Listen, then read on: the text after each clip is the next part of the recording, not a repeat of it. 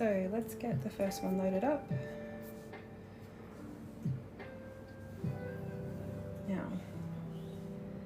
so I have 4 that I'm going to be draping today. I'm going to be draping, so this is going to be May. And then I've got, come on, oh, you're not working. Gallery, there we go. And this one here is Peggy. I haven't fully set on the names yet, but that works. This one here is the Adeline I'm going to be doing. I know it looks kind of weird because I'm not that great at drawing yet, but I'm getting there. And this one here is Mina. So I've got 5 in total for my corset making course. I've got, so I've got May, Peggy, Adeline, Mira, and Morgan. And Morgan I've already done. She's already available in the school. So now I'm going to be draping the 4 other ones. So which one am I going to start with?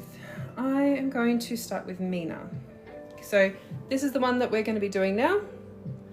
Oh, what do you think? Maybe I should start with the more complicated one first. All right, I will actually start with May. I'm going to start with May first. So this is what I'm currently working on. She's going to have a spoon busk as well. So I'm actually going to go and get my spoon busk so I can put it on there.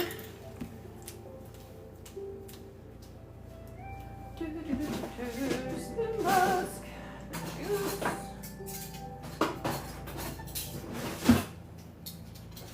Oof. I have had these for years and I really need to use them. Really? Commercial, I'm draping a corset. Apparently I've been restricted.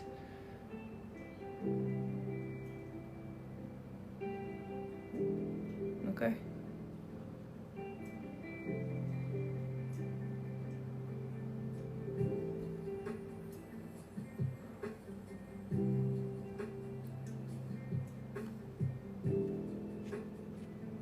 Okay. I'm just changing things around.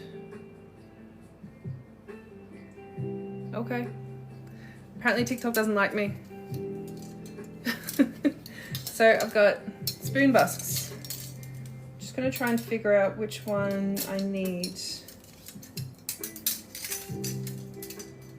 Oh, it's probably because I said the word coarse. Yeah, probably. Restriction.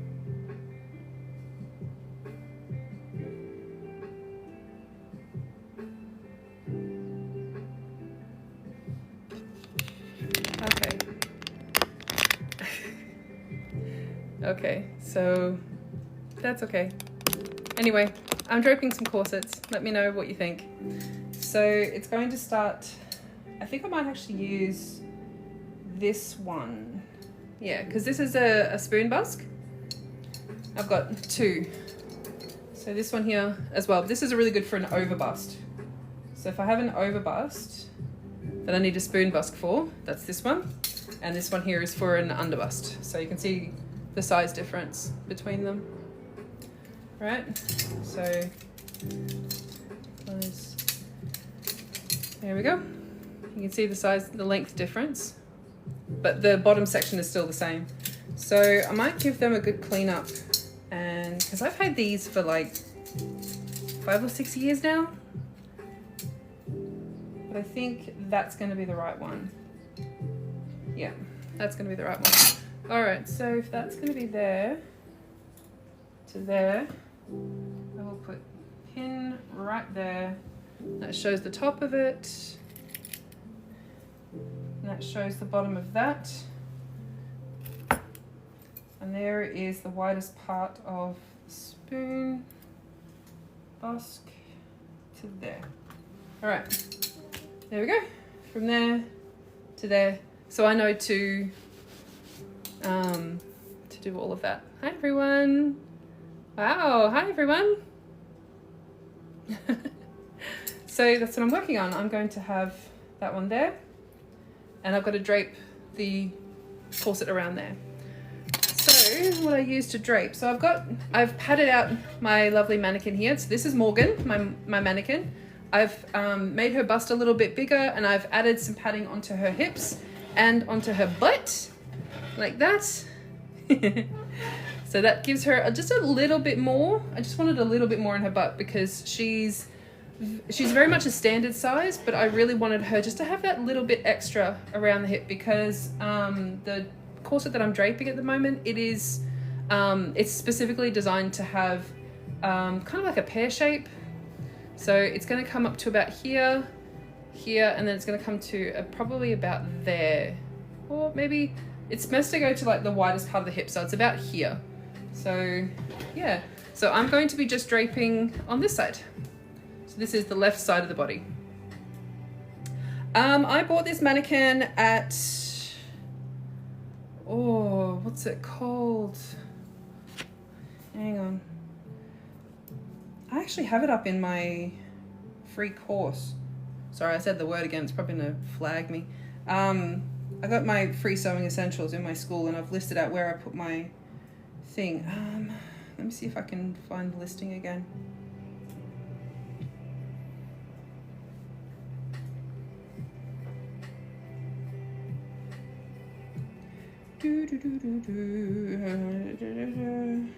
JK Trading.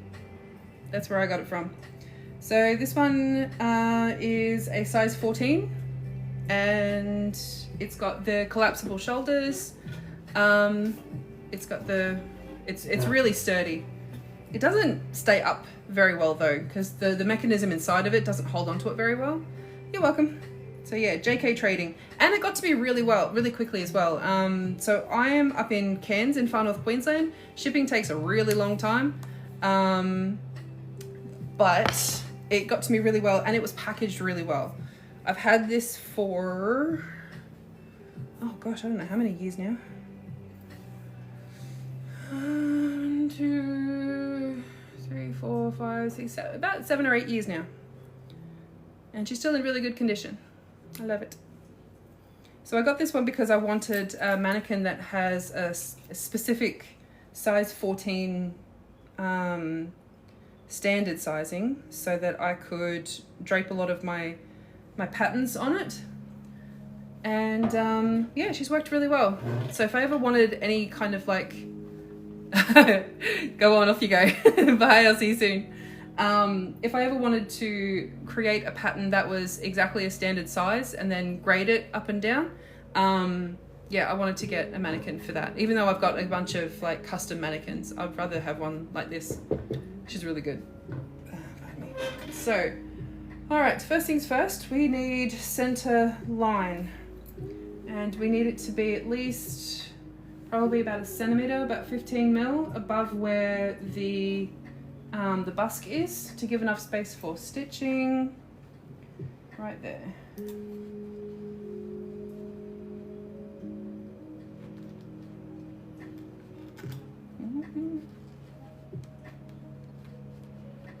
Okay.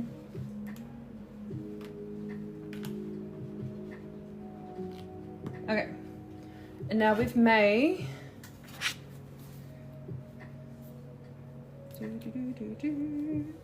sorry, is that May? This is May, isn't it? Yeah, it is May. So we can see here, what I'm going to be draping is I've got the center line here, and now I'm going to be draping along this hip line up to the back as well. So we've got that slight curve, and the curve is going to go, let me see if I can lift this up just a little bit. Please stay up, please stay up. Okay. All right. And if I want that to come up to pretty much, you can kind of feel, how did I learn this skill? I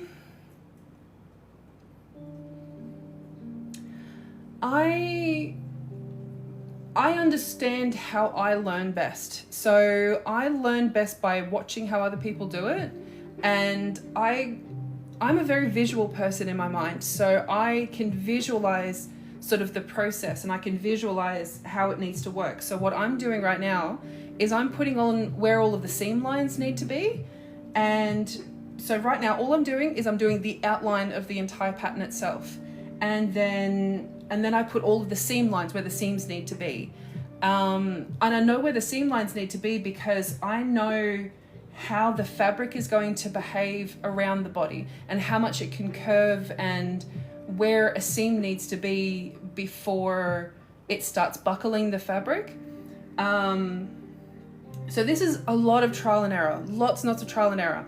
Having a good mannequin, and I've done this so many times now that I know how to sort of do all of this. This is like, if you look at draping 101, especially on YouTube, you can find heaps and heaps of tutorials on how to do it, but it really comes down to understanding how fabric works on the body and how you need to manipulate it on the body in order for you to be able to create something like this. But because corsets specifically, they work with what's called negative ease, and you need to be able to have it directly on the body and slightly manipulating where the body is, like with your waist, if you have any sort of waist reduction in any way. So I prefer to have it directly on the body so that I know it's not going to sort of affect how the body moves in any way.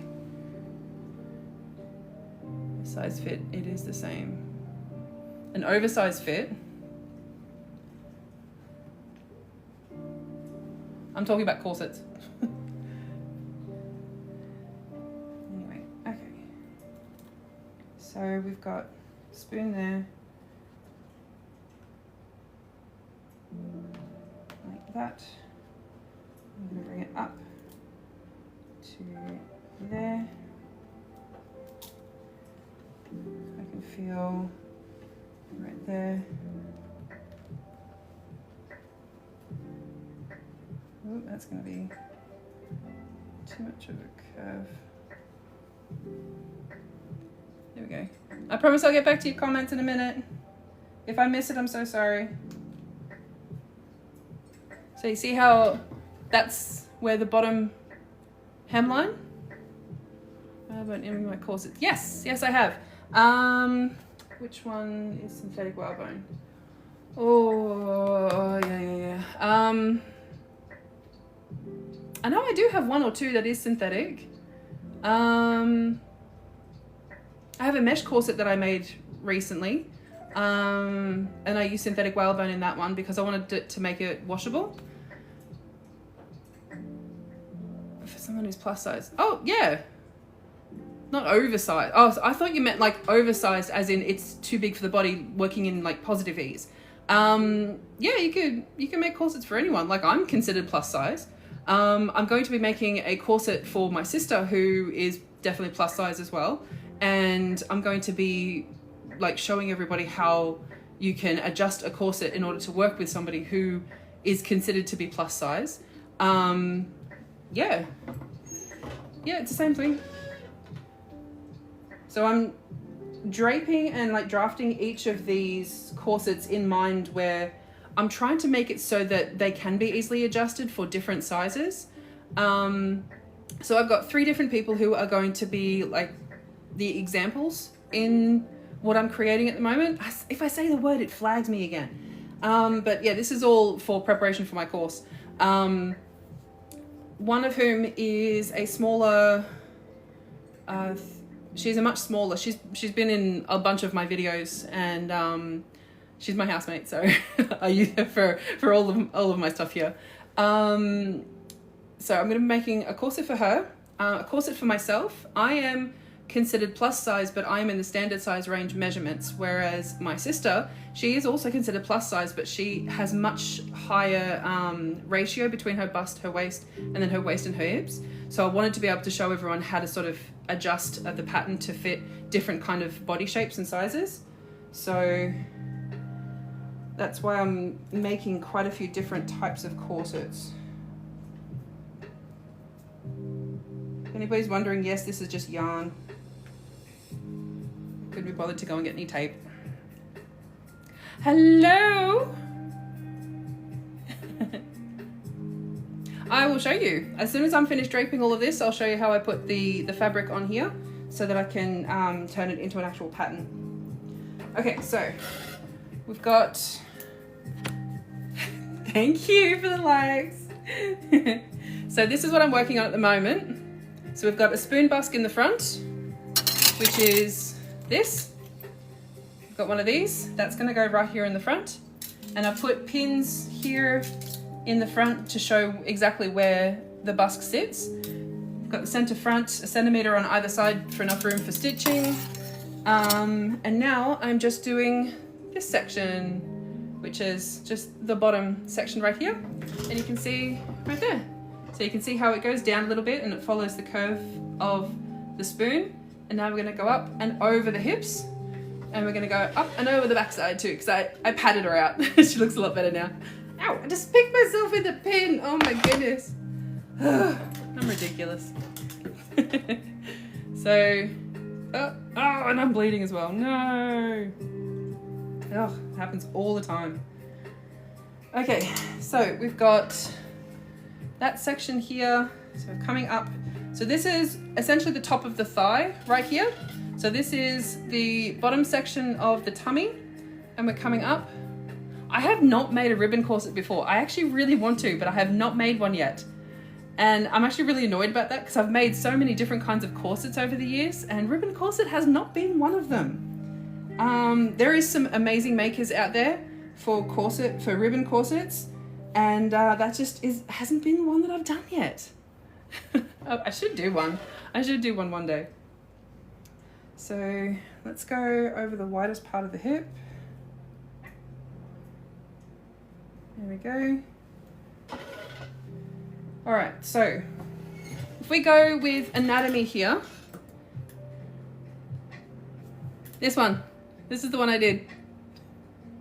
I can't remember what that is. I know that when you prick your finger on like certain clothes, it has certain meanings, but I've talked about it with different people and it's all different. I don't know. So if we look at the anatomy of the human body versus where we want the corset to sit, please do let me have a look. Let me know. I'm so radical. Thank you. Ooh, I don't think I've ever been called radical before, but thank you. Okay, so what we have here, so we have, this is essentially the very front where the pubic bone is, right here. And this is like, so we have waist, we have where the upper hip is, right here. And this is about the hip line. So this is just slightly below the hip line. And it starts to sort of dip down a little bit. So that's the reason I decided on the spoon busk, because I wanted to give that little bit of extra curve just around the lower tummy. And then this is where it comes up to the hip bone, and we've got the very top of the thigh right here. So I wanted to make sure it comes up so you can still sit down in the corset. And that's why we have this nice little curve right here. And then we're going to come up and over the hip line right here. And we're going to come probably, so when I plan this out, go about there to about there, I think.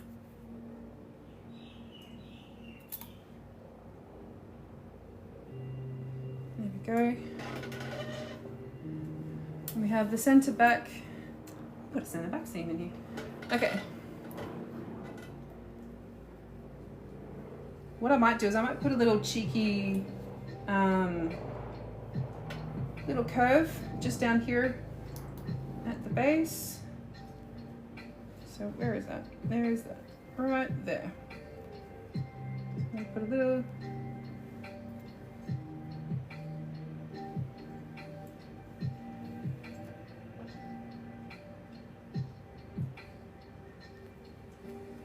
And then it comes up to here.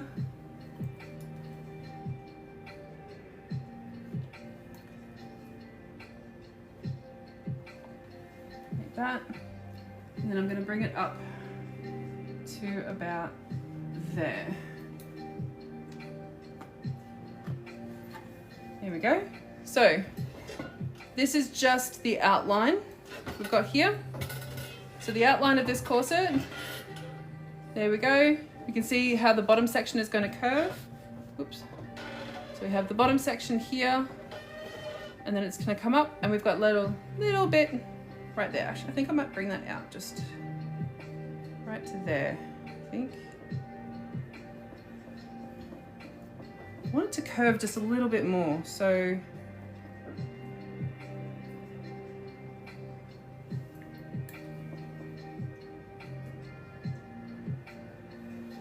here we go. So you see how it's got that little curve there?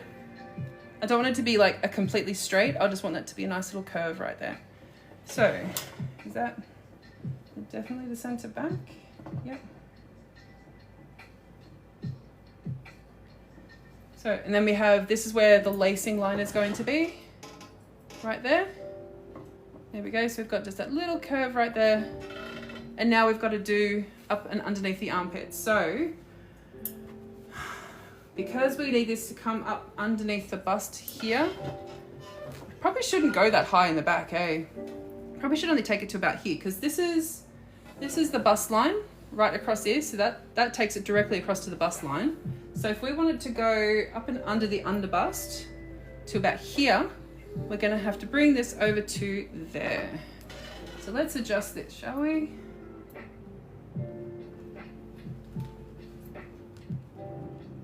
There we go. So if we bring that down to about there, that's going to line up pretty well with where the underbust is. So if I bring this, give it a bit of a curve, like that, and bring it down, running out of pins, and to cup nicely just underneath the underbust, right there.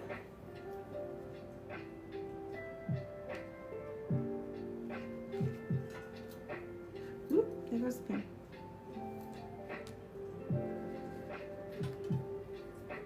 And then like that. More yarn. There we go. And I'll bring it up like that. And then there we go. Alright, there we go. So now we have the fully outlined corset.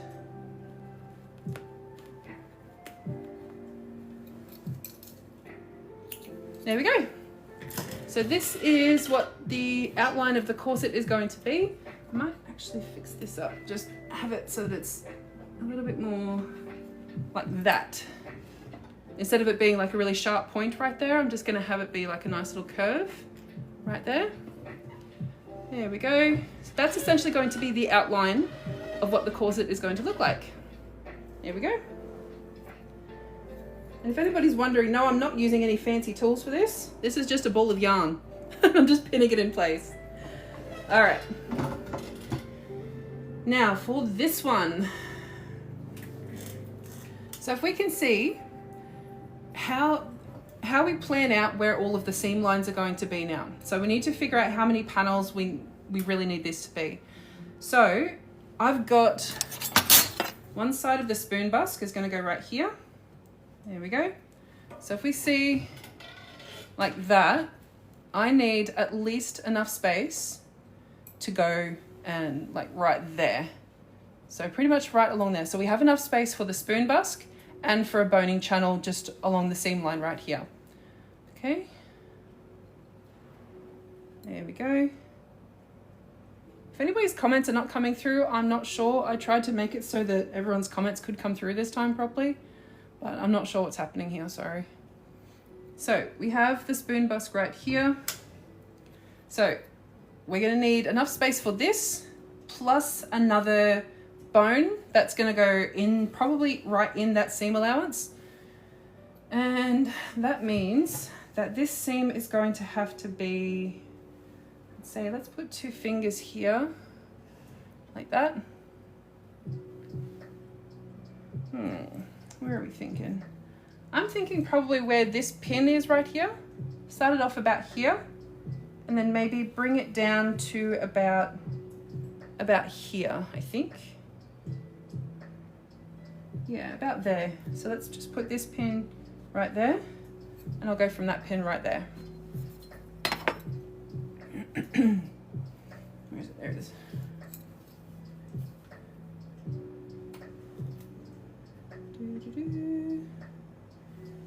There we go. Okay. So there is one. Get in there. There we go.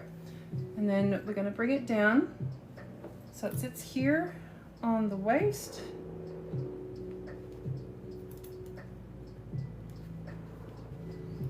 And then it comes down to there.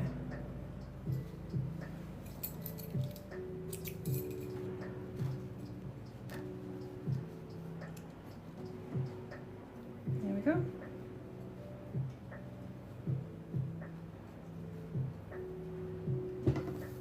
All right. There's one panel. There we go. So I'm going to go through everything and see if anybody's no comments. Nope. Okay, cool. If you have any comments, please let me know again, because I get too stuck in doing this and I forget that people might send me comments. Awesome. Cool. Okay. Sorry for the shakiness. There we go. Okay. Now let's get this done. So we have one panel here, and we know that this is going to have the spoon busk in it, right there, like that. And then we're going to have another bone right here in this seam allowance right here. So next one is this one. Now this is where it starts to get a little bit difficult, because we're starting to deal with the curve to go around the hip and a slight curve here in the rib cage as well. So what we need to do, where is it? So I've already drawn it out. We've got this first one here is done, and now we need to do the second one right here. So it looks like I've done 1, 2, 3 panels in the very front. So let's see how it goes. Here's my bit of yarn, there it is.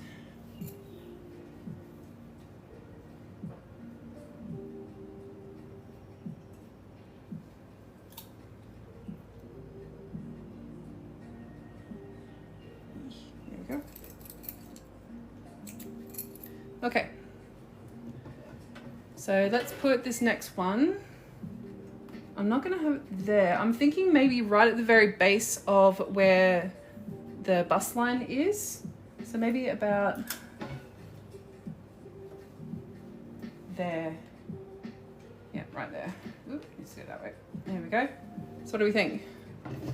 About there, so it's about the same distance right there. So that's enough for the fabric to go nicely along there. And then I'll put that there on the waistline. And then we'll come down to probably about there. I think that looks about right. Yeah, about there.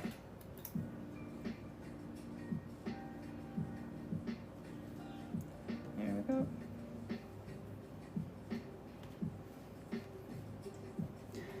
There we go.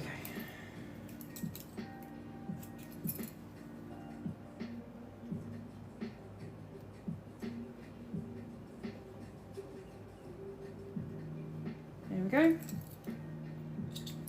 Now there's 2 panels. There we go. So in this, there's thankfully not going to be too much curve with the fabric here. Yeah, there we go. There's not going to be too much curve, but there's enough space there to put in some more bones and just to bring it over nicely to the side seam. Now the option here, I know of quite a few corset makers don't actually like to put a side seam all the way along here because it's a very sensitive spot and it's just adding to more seams like right here in the sides. So what I'm actually going to do is I'm going to put another panel that's about here. That's the top line of the seam line right here. I'm going to put another one here. So we have just a flat panel directly across this side right here. There we go.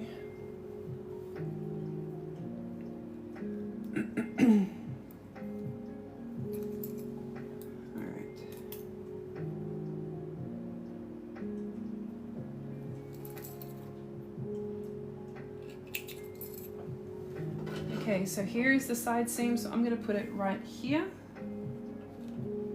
right there. There we go.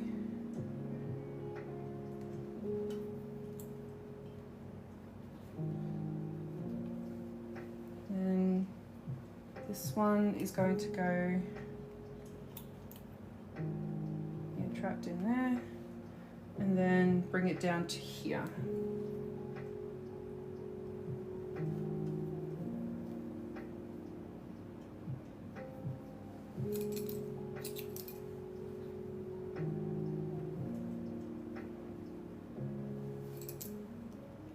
There we go. And now we have another panel. Now this one here, it's going to need a little bit of extra, actually I need to bring that over just slightly. There we go. There we go. So I need to be careful with this one because with the fabric sitting here, that's quite a bit of, you can see how it's gonna curve a little bit. So we're gonna have a lot of rippling that goes across like this. So I need to change how the grain line sits in the fabric to make sure that sits nice and smooth. What is the white fabric for? You mean this here? So this white fabric is just padding because my mannequin just doesn't have very much in the hips or in the butt. And for, pardon me, for this corset and all the corsets that I'm going to be draping today, I needed just to have that little bit of extra in the booty. There we go. So if you actually look at my latest video I actually show me stitching these together. So this is actually a knit fabric called Ponte de Roma, and there is 4 layers of that ponte here. So I've got 2 layers, which are the outside layers that you see here. And then I have 2 more layers, which are just slightly smaller because I wanted to grade the seam so there's not so much of a seam right here at the edge. And I pad stitched them together. And then inside here, I have some stuffing that I got from an old mattress protector actually. And I just put the stuffing on the inside here to help pad it out just a little bit. And I showed how I did that in my most recent video. So you can see how it's just got a little bit of extra hip right here and a little bit of extra bum, because I just wanted a little bit more for this corset. So you can see how this corset really comes out here now. And yeah, I just wanted to show, because this is going to be a long line underbust corset. There we go. Ta-da! All right, I missed out on a couple of comments, I think. Hi. There we go. Oh, that's fantastic. Good on you. So now what I have to do, so that's the front panels pretty much done. So I've got the 3 panels for the front, and I'm going to have a side panel here, and then I'm probably going to have another 3 panels in the back. And then, yeah, so you can see how we've got a bit of extra space in the booty. It's also so I wanted to make it so that it was easier to manipulate this one. Are smaller panels the best for corsets? Yes. I personally think so. I really think if you go less than oh sorry, if you go more than, okay, sometimes you can get a 4-panel corset where you got like 2 panels in the front and then 2 panels in the back. It's more like a tube. You're really not going to get much waist shaping or anything like that, because it really doesn't work very well, because the fabric doesn't have enough enough curvature to it in order for it to go around the body really nicely. So I find having more panels is really good for when you have like just a lot more shaping. It goes around the body a lot better. It's mostly because we have to work with the fabric grain line to make it so that it's not all twisted and it's got wrinkles everywhere. Is the upward curve on the back a style choice, or does it keep it tighter? Okay, so with this one being a curvy shape, what we've got here in the anatomy, we've got the shoulder blade right here, right? And for a lot of women, we've got the bust line right here. So we've got, here is the bust line right along here, right? And this is usually where the where the bra strap fits. And a lot of women have got this excess little bit of flesh just right here. So what I've found is that this is actually a really great way to help sort of enclose that little bit of excess flesh up the top here. And it's a lot more comfortable because it cups the bottom section of the ribs and it doesn't prevent any kind of issues with breathing or anything like that. And it makes it really easier to sort of open up these seams right here in the back, when I do draft them on, obviously. So when we open up these seams and just give a little bit more space, it gives you the chance to sort of sit in the corset really comfortably. Thank you. Yes, exactly. My corset that I really want to make for myself is actually from a corset maker who is unfortunately no longer in business. Her business name is Sparkle Wren, and she made what's called the bird's wing corset, and it's like 20 panels on one side. It's ridiculous. I've tried to make it before, many years ago, before I was really a lot more confident with this.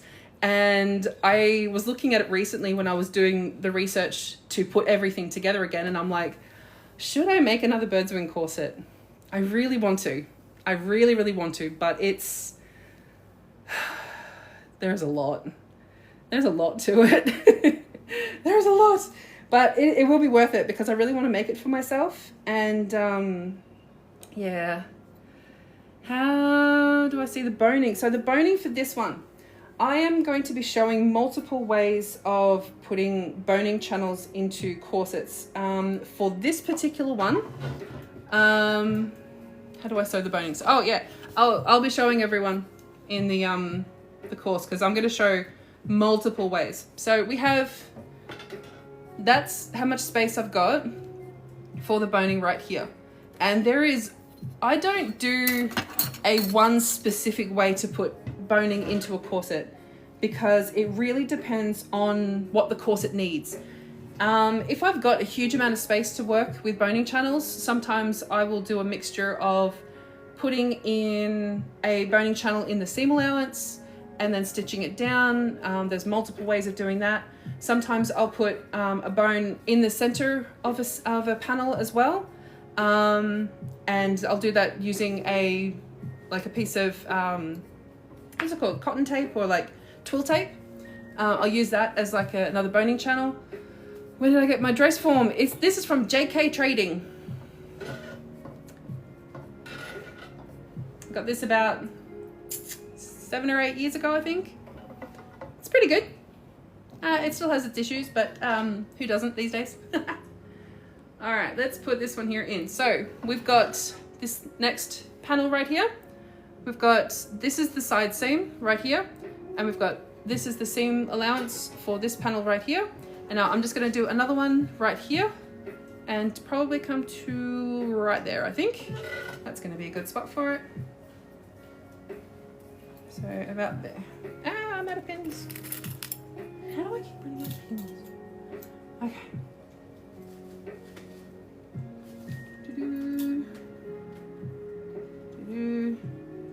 And then we're going to bring this one down to here. There we go.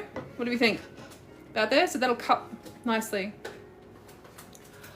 Let me find out. Because I brought it up when somebody else asked a minute ago. JK Trading, there it is. So, remember I got this like 8 years ago, so the prices have probably changed. All right, so this one here, JK Trading, that's that one. I know it's backwards, I'm so sorry. Dress size, I got a size 14. Ooh, oh, it's out of stock right now. It is actually on special for $359. Why is that so much cheaper than when I got it? It's so frustrating. Anyway, this one he's currently out of stock, but let's go size 20. That's $420. And they are there.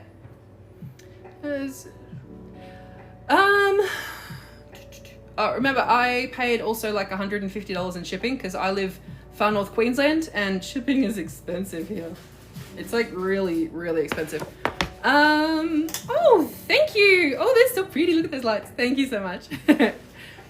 It is possible to make a corset without a dress form. It's just incredibly difficult. Lots and lots of math. I prefer not to do it. Even though, like, if I make anything else, I prefer to do flat pattern drafting. I feel like it's a lot more accurate because I work with pattern blocks and then I create the pattern from there. With corsets, I prefer to drape it. I really do. It's... Look, I can do math. I'm pretty good at math. I hate doing the math to make a corset, and I've tried it multiple ways, multiple times. That's not saying that you can't do it. There is multiple options. There is a really, really great corset maker, Royal Black. Check her out on Patreon. I follow her too. She's created an amazing corset pattern drafting like whole series. It is fantastic. It is very, very detailed. I can't get my head around it. If anybody else does, please let me know. Yes, I can scale this one up to be bigger. That's actually the plan. So this one, plus another 4 other ones are going to be part of a course that I'm currently creating. So this is what all of these patterns are for. So I draft them on a size 14 and then I grade them, sorry, that's the word. I grade them up and down for different sizes. I currently have one available in my shop, in my school. And if you wanted to have a look at Morgan, that's the one that's already done. And I'll be using Morgan for part of my course as well. So there is that.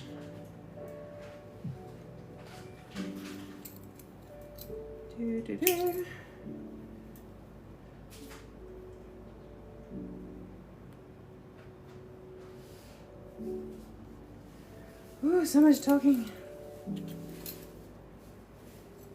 What is the brand name? Yeah. Draping does make things a lot easier. I just found that if I'm working in sort of the negative ease where I actually have to have a garment that is directly on the body, I prefer to drape it.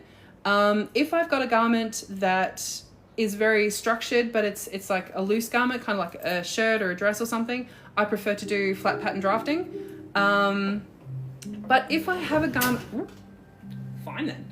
If I have a garment that it's meant to be very loose and very drapey, where you're really seeing the drape of the fabric itself, then I prefer to actually do it on the mannequin itself. The brand name is JK Trading. Oh, Royal Black. Barbara Pessendorfer.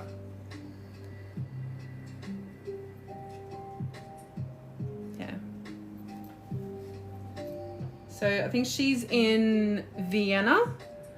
But she does have her tutorials and a lot of her posts and everything are in English as well. So yeah, she's fantastic. So we have 1, 2, 3, 4, 5, and 6. So we're gonna have a 6-panel pattern for this one. Let's do this last 2 so then I can do the rest of the draping. And I'll show you how I actually get it off the mannequin itself.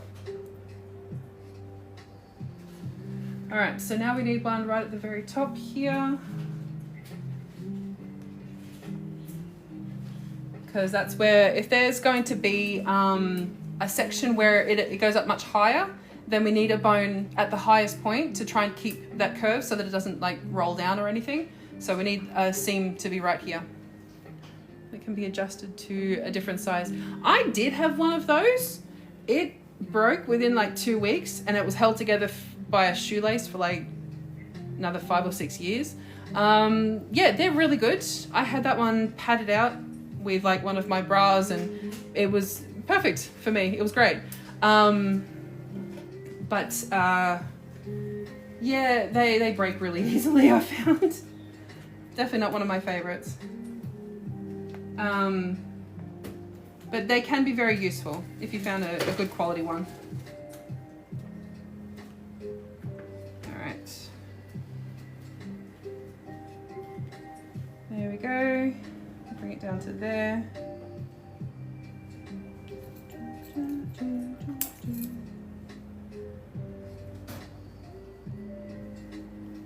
All right. There we go. So what am I making? I am making, this thing's gonna die thing. I am making a corset. It is a long line underbust corset. Her name is May. I am making this for my corset making course. This is one of five corset patterns that I'm making for my students. Right. So that goes right to the very center back. I need this to be there. So, okay.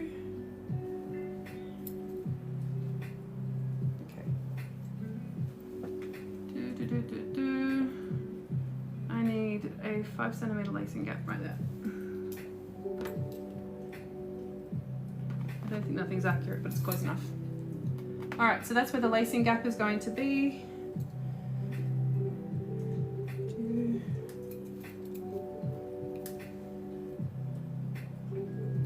Right to there.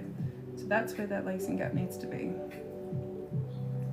I forgot about the lacing gap. Oh, I'm so stupid.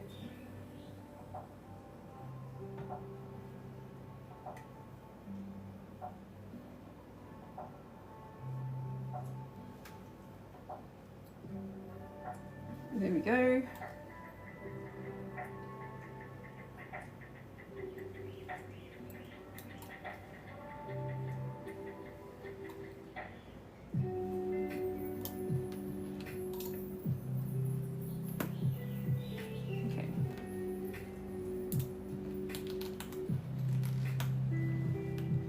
There we go. I've just brought that in 2.5 centimeters for the lacing gap.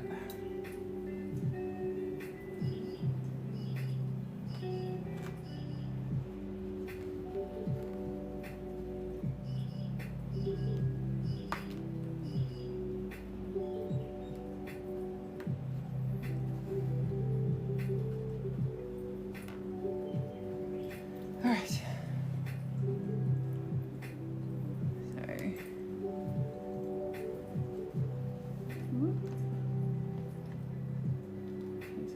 That.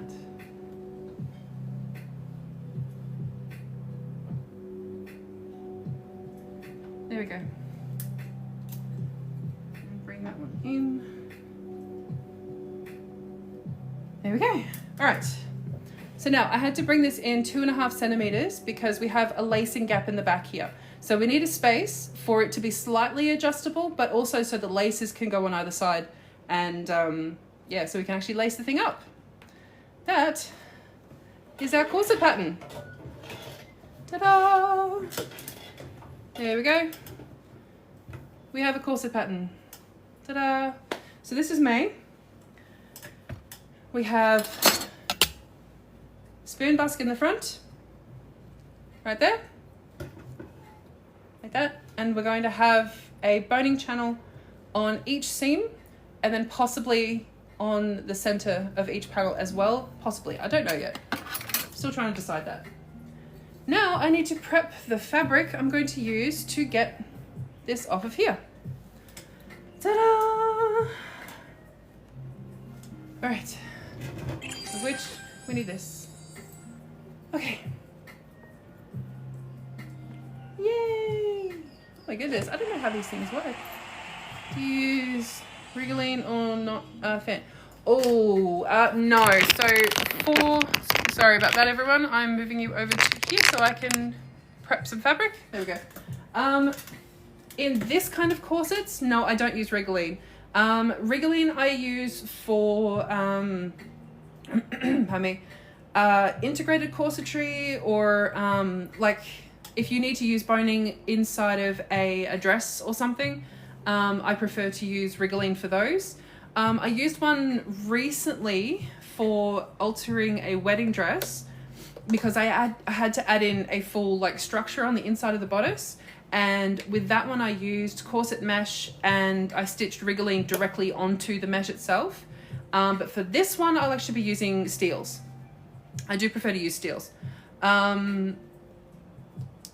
Because Rigoline and synthetic whale boning, they tend to warp a lot with the body heat, and it just doesn't really work very well, especially for something that's going to be made out of a coutil fabric, because coutil, I feel like if you are stitching a Rigoline boning onto a coutil fabric, it's not really doing anything. The Rigoline isn't strong enough to really do anything, and coutil fabric is really, really thick. Okay, let's prep this fabric. I should have enough. There we go. Here we go. So let's get this ready. All right, let's move this over a little bit so you can see.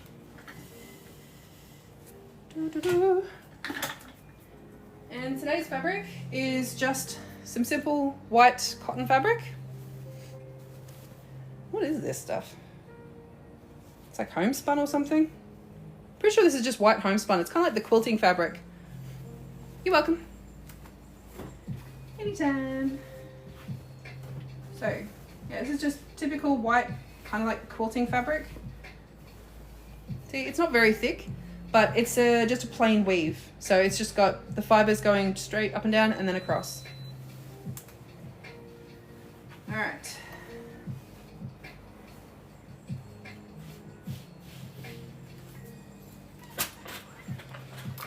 Now what we need to do to prep our fabric for draping, give it a good iron, press it down.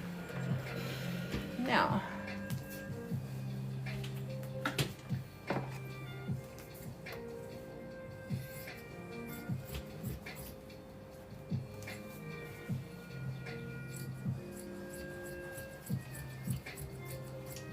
there we go. Now we do this panel by panel, right? Now we need to know where the selve edge is, because this is the grain line right here. We need to make sure that we're going to be following along with the grain line to make sure that the fabric isn't going to warp as it's being put on the mannequin. So I need to get 6 pieces of these.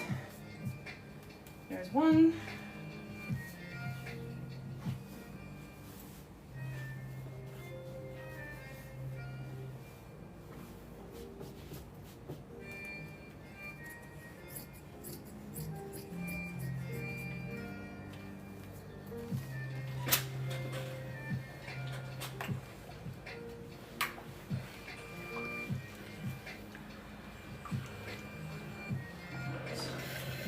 Is that even going to be long enough? No, it's not.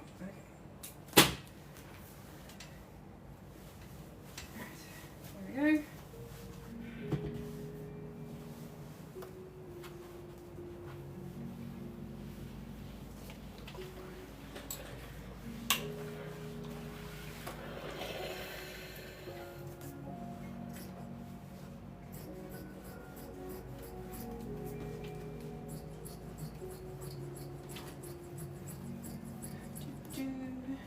There we go. Number 2. Okay. For the underbust, do you mean like underneath here? Do we need boning to go underneath there? Oh, thank you. Thank you so much. Oh my goodness, I didn't expect the gifts, but thank you. Okay. I will be using typical boning for a corset, but for this space underneath here, no, we don't really need to add anything underneath there. Honestly, it's just the fabric panel. We've got the bust here. We've got each of the boning channels right along here. And then we're gonna have bias binding along the top here. And it's just to finish off the top edge. Yeah, so that's what that part's gonna be.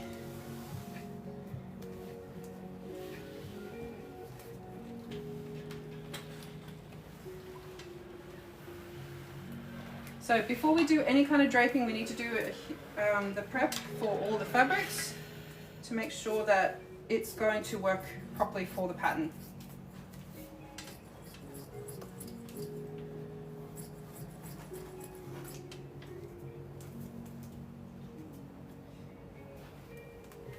There's 3.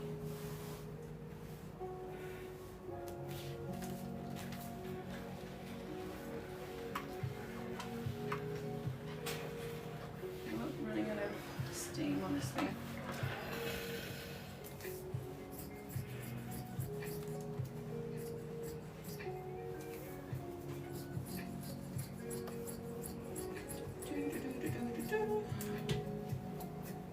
There is 4.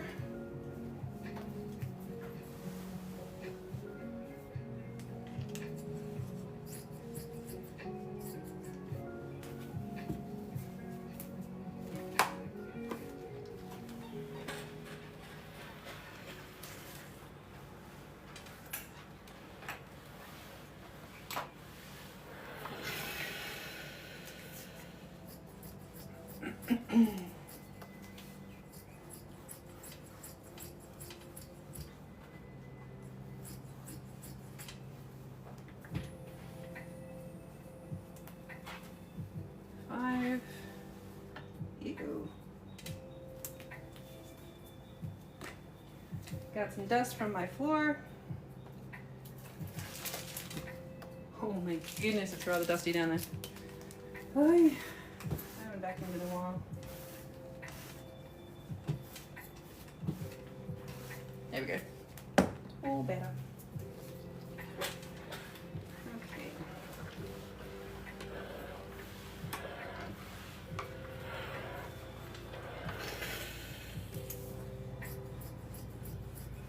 There we go. There is all 6 panels I need. Now, next thing to do when prepping is I'm actually going to be drawing the grain line on each of these.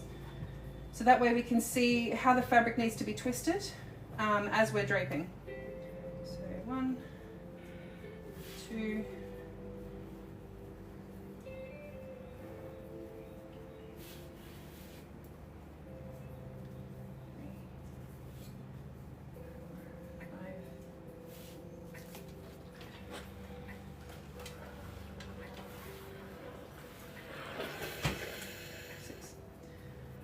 Now, if you have a piece of fabric that you can't tell where the grain line is because you can't see the seam allowance, grab your fabric, especially if it's a woven fabric and doesn't have any stretch. You go, oh, it's not going to stretch that way. It's not going to stretch that way, but it does stretch that way. So that's where you can find the bias. So if we know if it doesn't stretch that way, then you twist a little bit and you can see where it's rippling right here. There you go. Like that. There we go. So we know that that is the grain line and that is the bias. Where it stretches the most, that's the bias. There we go. And some ladies like extra support. So what can be done? All right. There is nothing on the bust. This is a purely, this part here, if you're getting too much flesh, like spilling over underneath the bust, because there's nothing covering the bust right here. This is all open space. So with this part right here, if it's too tight here and you find yourself sort of spilling out underneath the bust, it means that this section here needs to be opened up slightly. That needs to be opened up and that needs to be opened up. And that way your flesh can sit nicely inside the corset itself. So you don't need any extra support under here because this is just purely the underbust. It's not going over the bust itself. I have other patterns that are going to be going on the going over the bust, and I'm going to be doing. So Morgan is a full over bust, so you're going to see how it's actually going to support and go over the bust. I've got another one, Adeline, which is a cupped one, and then I have another one that is that's Mina. She's going to come up and be from the waist and come up to here, so that's going to be an over bust as well. So you're going to see a couple of different options, but here you don't need any support for the bust here because it literally ends right here. So we're not going to have any kind of like any extra like bits and pieces along here. It's all just going to be like that. Oh, hang on, I'm going to do something on here. There we go. Sorry about that. So this is all, if you're getting too much overspill here, then you just need to open this up here and allow your flesh to sort of sit comfortably within the corset itself. Ta-da! All right, let's get this thing off of here. So I need my pen. Where's my pen? Oh, there it is. And a ruler. So we have here, I'm going to find, that's the straight grain right there. So let's follow that.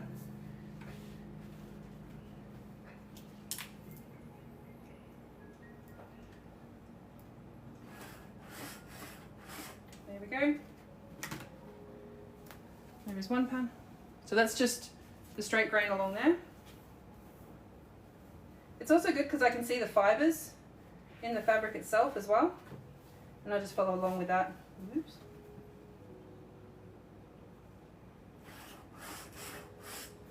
Okay. Another one there.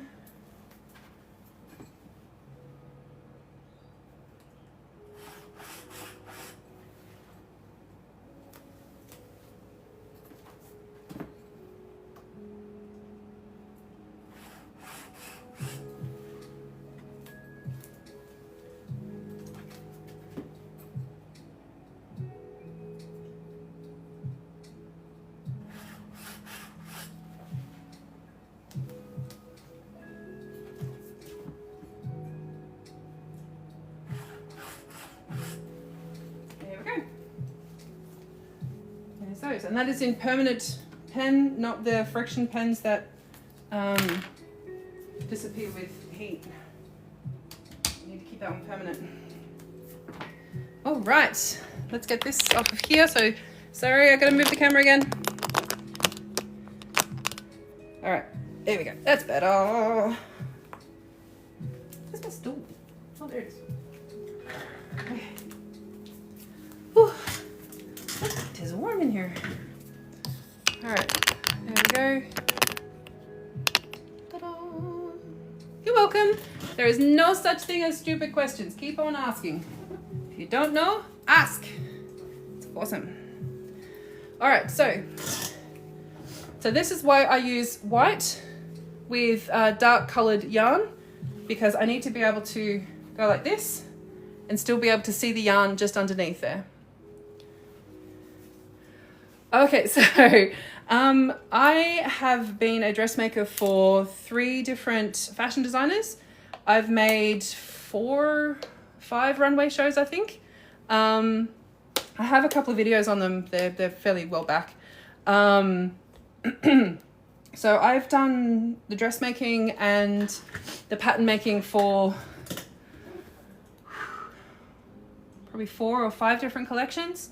I had one designer, we started off working together because she was an artist that I taught her how to get her paintings printed onto fabric in a repeat pattern, and then we turned that fabric into a design that both went on the runway 2-3 times, and then it was displayed in the Powerhouse Museum for about 18 months.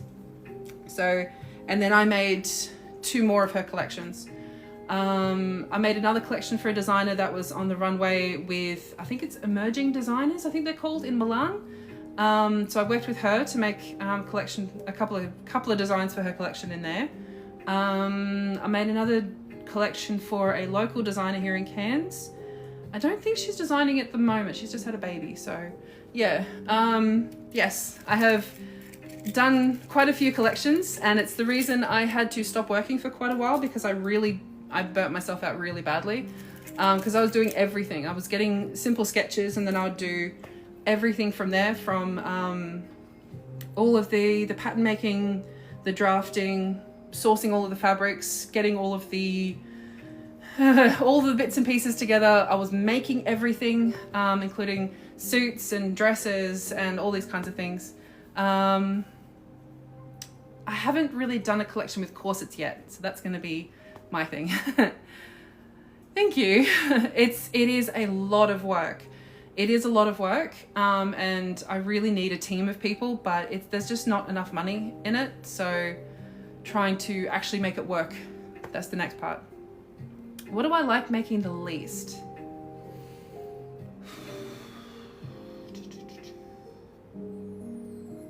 I don't think there is really a garment specifically that I don't like making.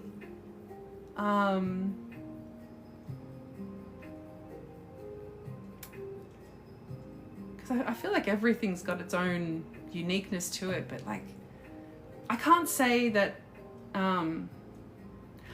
okay, I'll never make a wedding dress again. And it's not because of the actual dresses.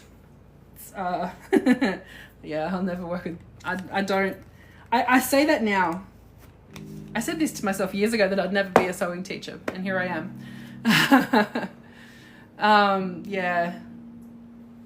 It's not just the brides either. It's the families and the expectations, and it's the stress, and I don't respond very well to a huge amount of people being incredibly stressed, and they all want to be heard and they all want to do things, and then they talk to me about it, and I'm like, I'm just trying to make a dress that will make the bride happy. As long as she's happy, that's all that matters. Yeah, I got to the point where I'm just like, I don't want to do that anymore. I respect my own mental health a lot more. Avant-garde design is interesting. That's what one of my fashion design clients was kind of avant-garde as well. So I had to be very creative in learning how to put her vision together and figure out how to make it all work. It worked eventually. It burnt me out completely.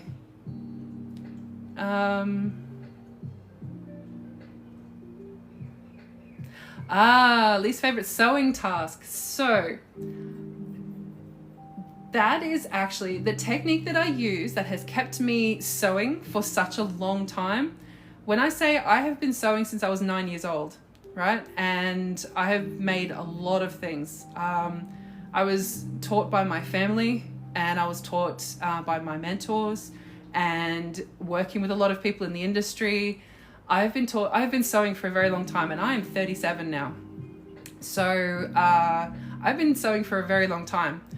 I had to learn to love every step of the process and to be patient with every step of the process. I love finishing the inside. Honestly, I love finishing the inside. I love doing all the hand stitching and the finishing parts of it. Although I say that when I have a jacket right there that still needs all of the finishing touches done, and I've let it sit there for like 2 weeks. I can't finish it yet because I have too many other things to do and it was taking up too much time. Yeah, learning to enjoy every step. I find that when I start not enjoying every step, then I need to break down the steps and do it little bit by little bit, because I have to remind myself to love every step of the process, or at least to not get so frustrated with every step of the process, and then get to the very end and really enjoy and congratulate myself on the end of it, because I make so many things that I go from one thing to another and to another to another, and then I stop. What's the best way to explain it? Is that I stopped congratulating myself for a work well done, and then I wasn't feeling like I was accomplishing anything, and I just couldn't find happiness in it anymore. So I did stop for a little while. yeah, I couldn't do the same thing over and over again. I had to always learn something new, be creative, and just, I needed to do something new. And that's actually why I started corsets. Hand stitching is a no-go. I love hand stitching, man. I found when I hand stitch something, it actually gets done a lot quicker than having to fiddle around with the sewing machine. I found I can hand stitch something because I use a leather thimble, I use wax thread, I use a good quality needle that's good for the fabric that I'm using.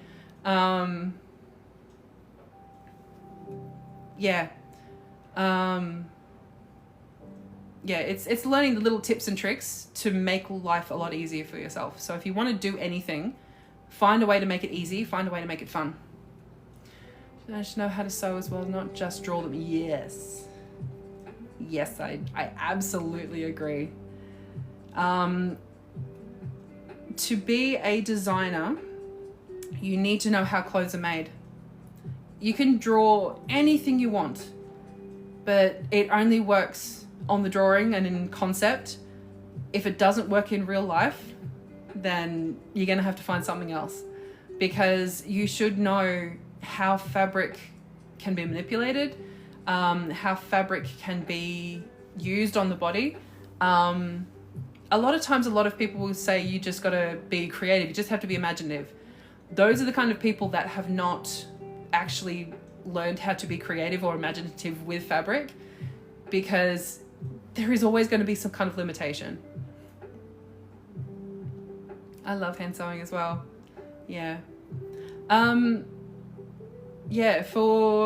To be a designer, you need to know at least how clothes are made.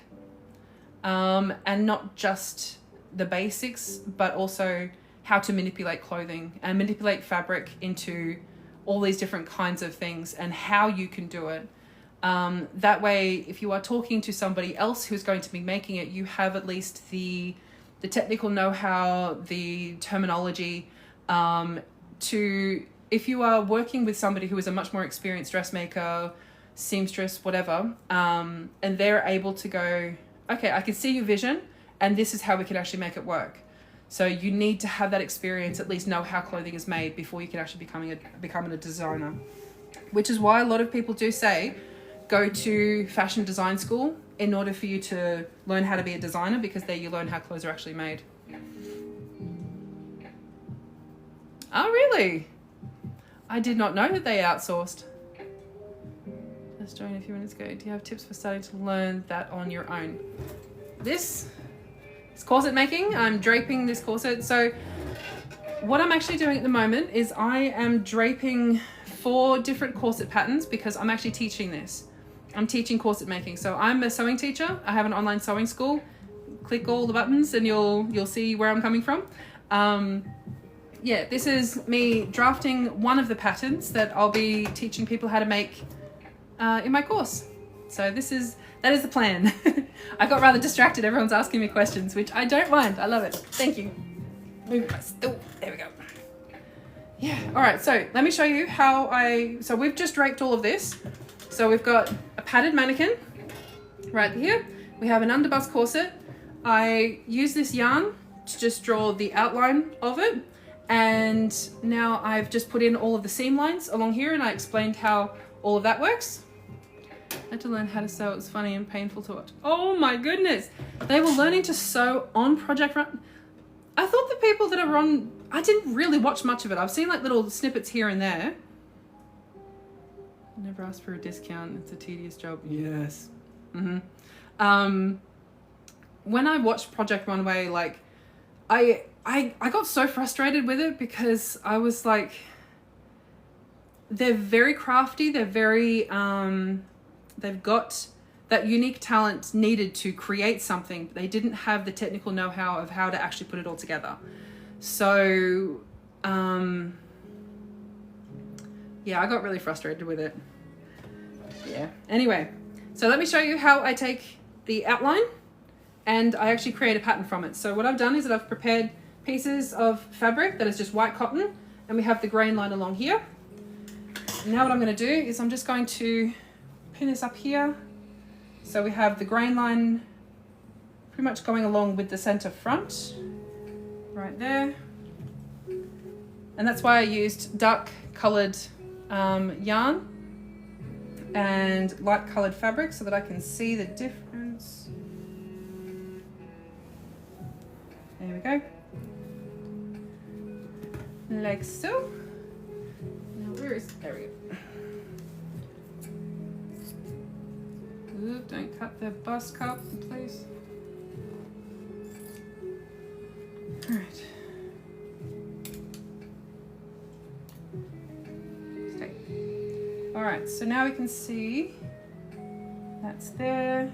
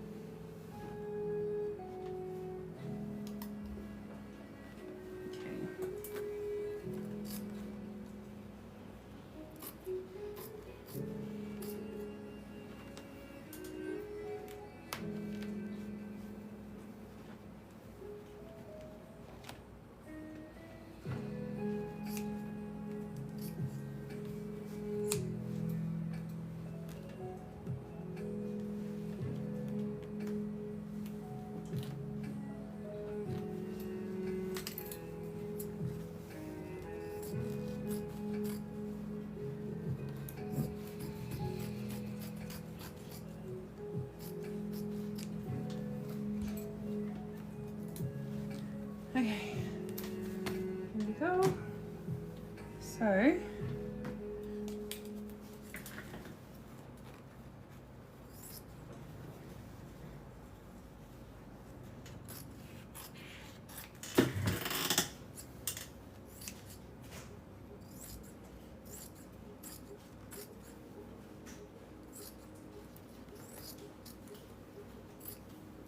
all right.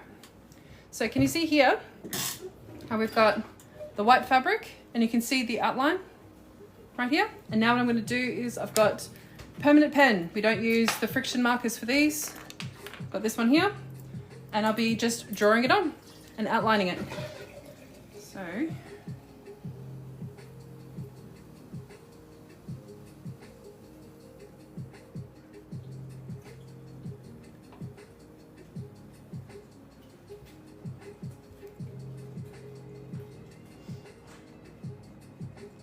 now it doesn't have to be super straight. We're just going to try and keep it as straight as possible because I'll just fix this up with my ruler later.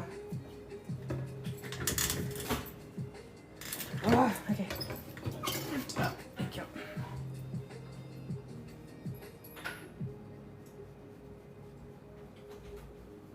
Okay.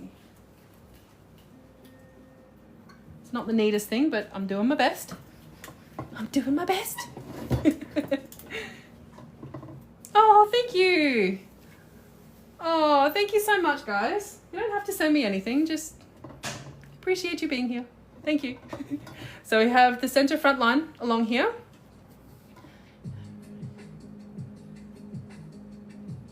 I've heard they have this app, right, that you just put in the measurements before. Radio. Okay, there's that. Bring it over slightly. Go down there. Like that. Oop, take that out.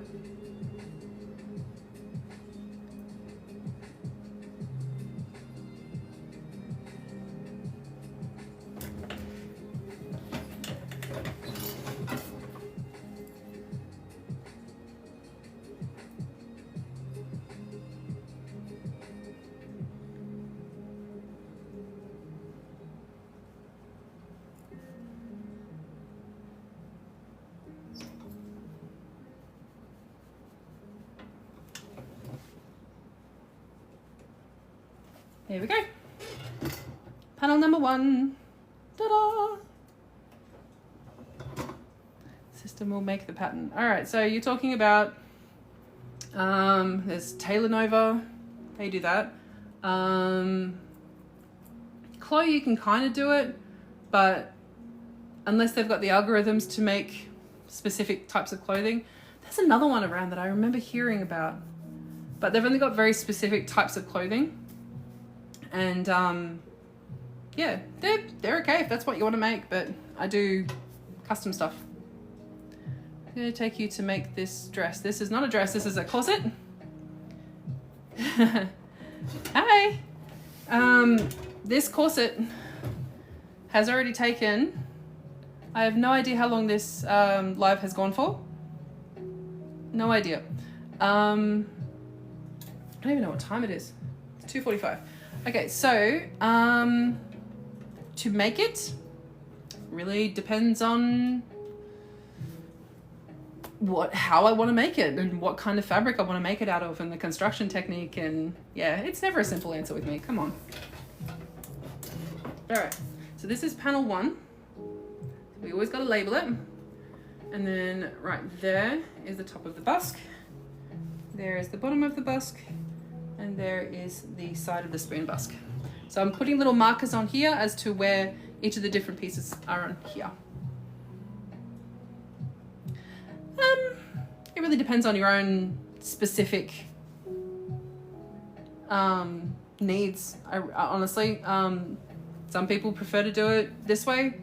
Some people prefer to do it like flat pattern drafting. I can't do that. It hurts my head. So year 5 is... No. I have made a corset in probably about 3 to 5 days. That's a fairly complicated corset. If it's just a simple like one layer of just like one layer of couture with like external boning channels and a busk, I don't know, 6 to 8 hours, I guess.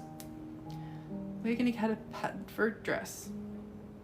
If you check out my free sewing essentials course, I have dozens of links for patterns where you can get either free patterns or paid patterns, lots of things. Thank you. Oh, I appreciate that.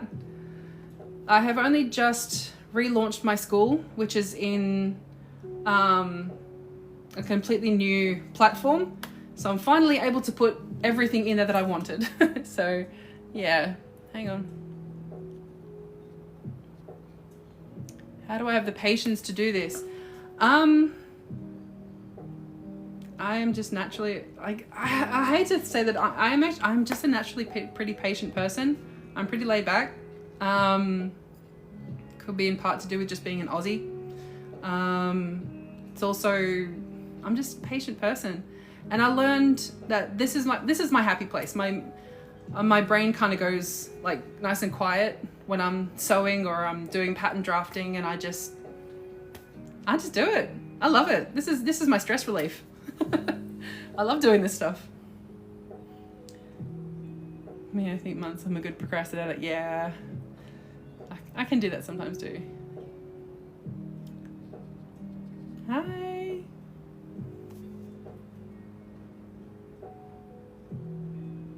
Cool. You're a fashion designer in Sierra Leone. Hello. Let's see if I can look you up when I'm finished. I'm not skilled in sewing at all. That's okay. Enjoy the process. My thoughts go. My thoughts are mostly just on the next step, really. I enjoy the process of, so I look at this, and I'm a very visual person. I like looking at this and thinking, all right, how am I going to put all this together? So how am I going to stitch all this together? What kind of fabric am I going to use? What's it going to look like in the end? And how do I want to sort of shape it in a particular way? And there's a lot of things I'm thinking about, like going, all right, if this is a pattern that I need to make for multiple people to use, I need to make a pattern that can be easily graded into multiple sizes.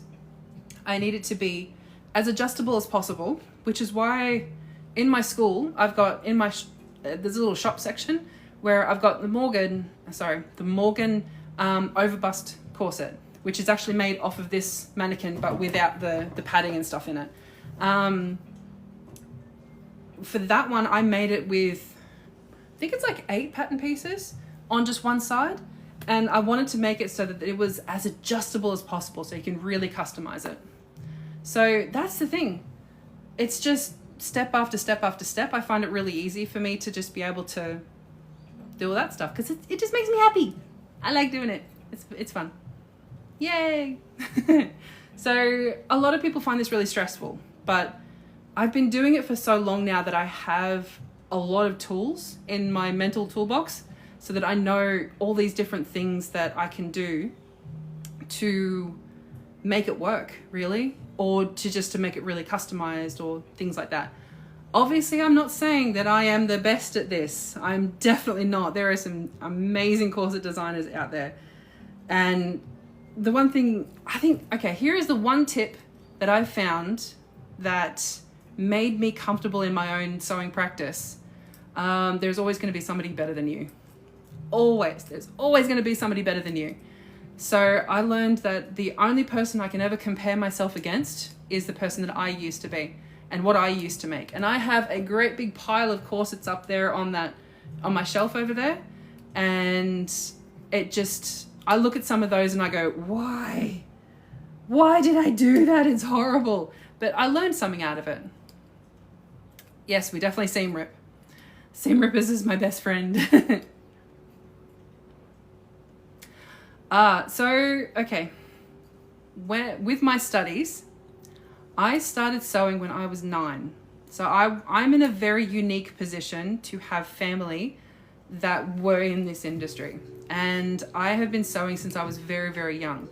And I have not stopped. I remember, because all of my family are very creative people, and I remember sitting across from my great-grandmother and she was teaching me how to crochet, and my grandmother taught me how to knit and how to sew. My mum taught me a lot as well, but it was mostly just me stealing her sewing machine to take it on the bus to school so that I can do my fashion design course in school, as in like high school. And then I just kept going. And I'm the kind of person where I love to challenge myself. So I've sewn all kinds of things over the years, and I have just kept learning. I've kept records of what I've made. I've kept photos. Because this is my hyper focus, this is something that I greatly enjoy doing. I have, like, there's so many things that I really love to do, and I love to make. And this is my thing. This is my thing.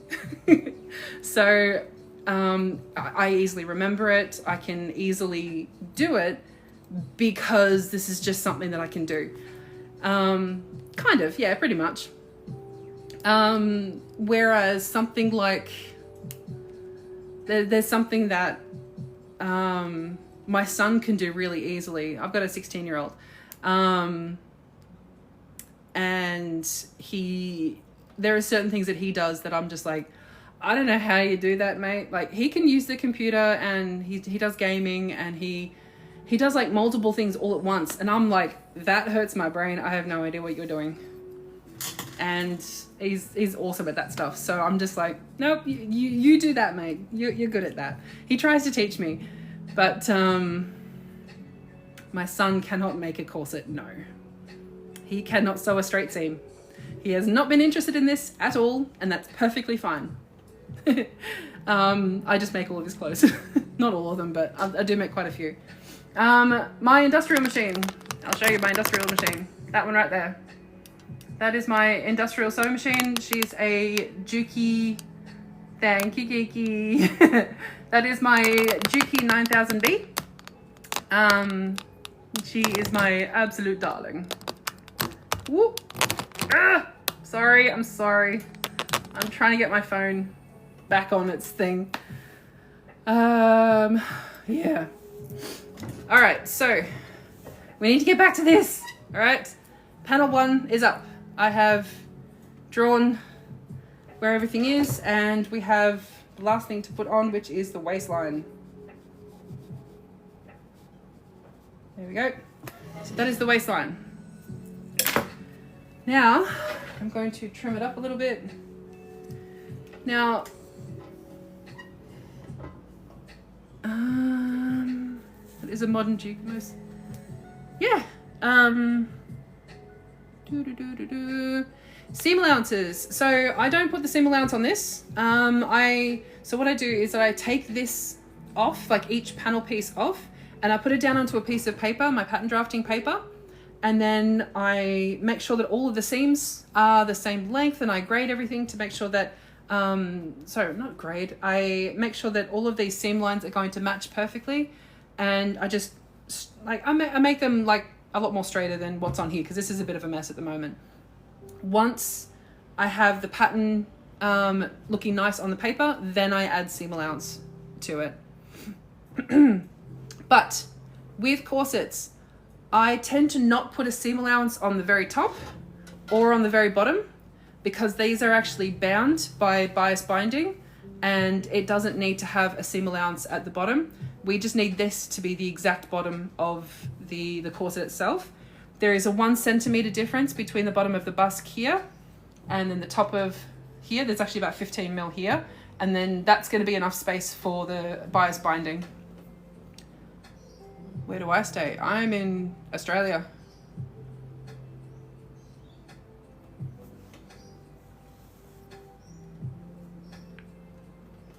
I do not make masks, or a full head mask, or a hood, if that's what you mean. Nope. Okay, let's do this.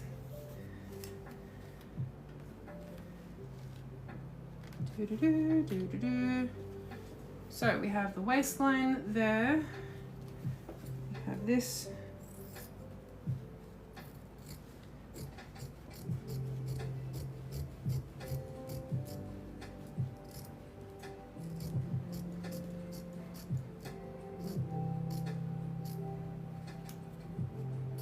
There we go. And I'm just going to trim it in there. And put that directly on here.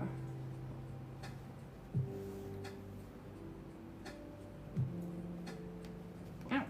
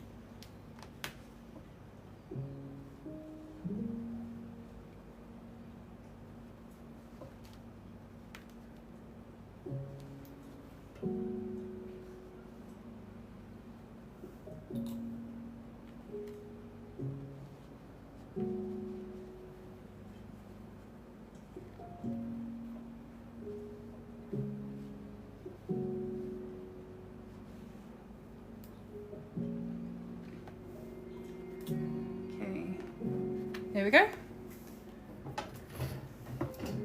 There we go. And now I'm going to just do the next one.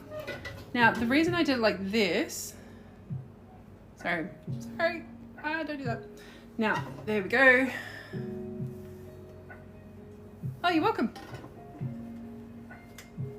There we go. Where is it? There it is. Okay. So now this is the reason I had to put the grain line on the fabric itself, because sometimes we need to make sure that the grain line is slightly, like, it's not straight up and down, it's going to be slightly tilted to ensure that the fabric itself is not going to twist when it's on the body. So I'm going to put the top of the grain line here.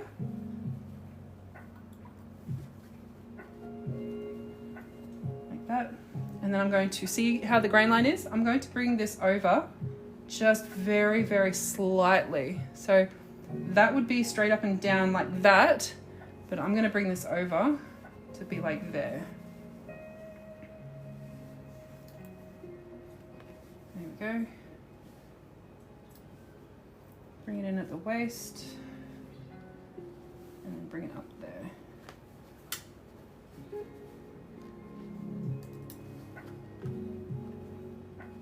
There we go. Just want to make sure it's not going to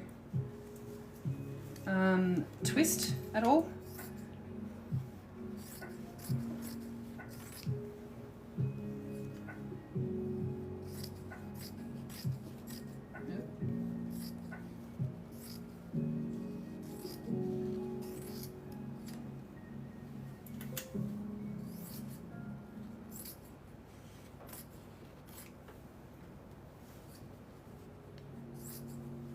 Oh, whoa, that was a little bit too close. Okay, there we go. So you can see how, there we go. See, it's not fully straight up and down, but it's following along where the pattern piece is, like that. That way, it's gonna twist nicely and it's not gonna have these like wrinkles in the fabric. So let's set this up. I'm going to put a few little cuts along here. There we go. Because that's, if I can see here, see how this is slightly coming apart? See how here, that's that, there's, I just put a little slit right there and you can see how that's coming apart. It means that there's going to be too much tension in this part if I was to continue the fabric to go across. So this is right on the waistline right here, and I need to make sure that this grain line is going to twist enough so that it follows along with this part here without getting all these wrinkles in it. There we go. All right. Let's get my pen right there.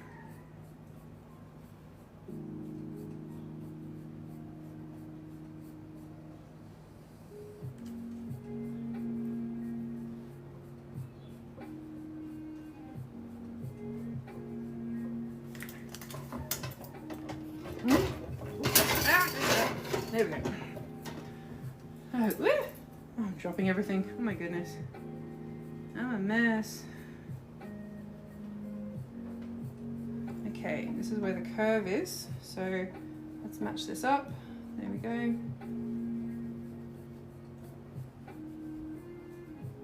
There we go. So you can see how we've got this little curve right there. Now we're going to bring this other side here. So you can see now why I decided to put this seam line right here, because if I'd brought it any further, any further back, it would have made the fabric wrinkle really badly right here.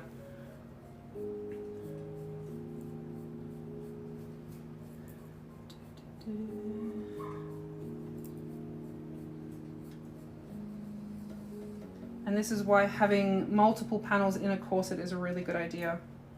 Having like more than sort of 6. So I think this is a 6, yeah, this is a 6 panel corset. So this is probably like the minimum that I would do.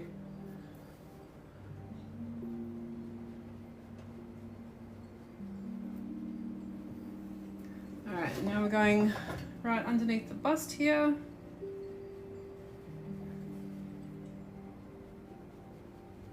There we go. And because I've already drawn the line along here, this shows exactly where the grain line needs to be for when I cut out the mock-up fabric for this one, and the final fabric as well. So there we go. So we've got grain line there, grain line there. We have waistline starting from here, going over to here. This is panel number 2. There we go. So this is the very slow process of turning a draped garment into an actual pattern itself. So let's keep going.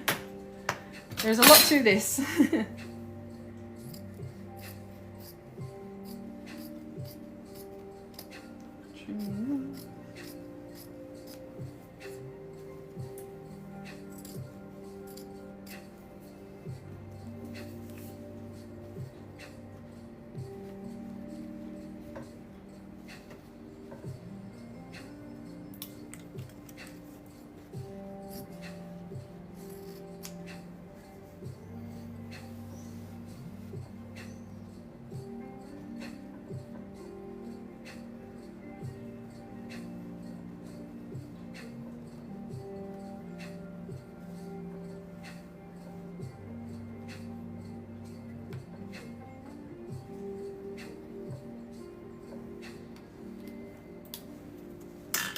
to trim that seam allowance right there.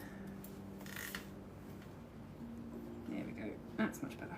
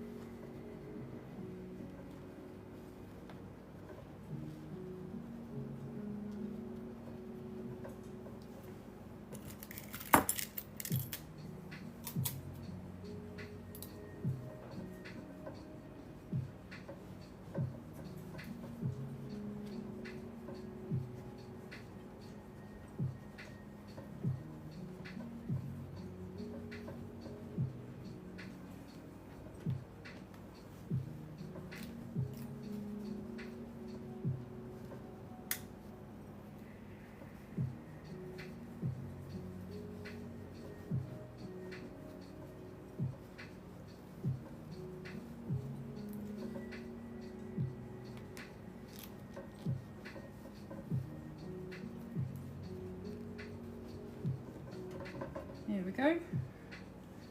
Done that one.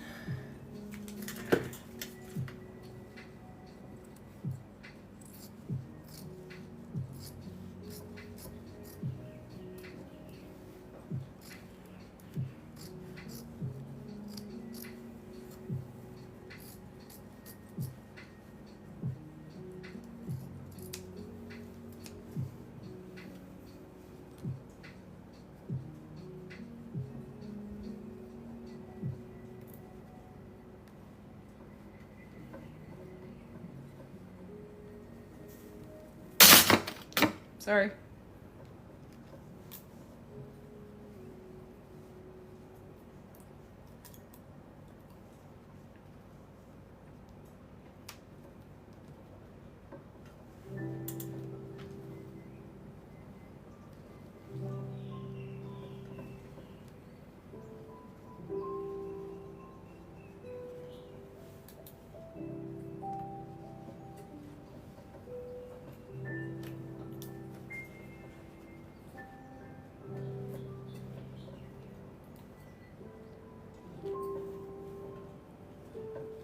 There we go.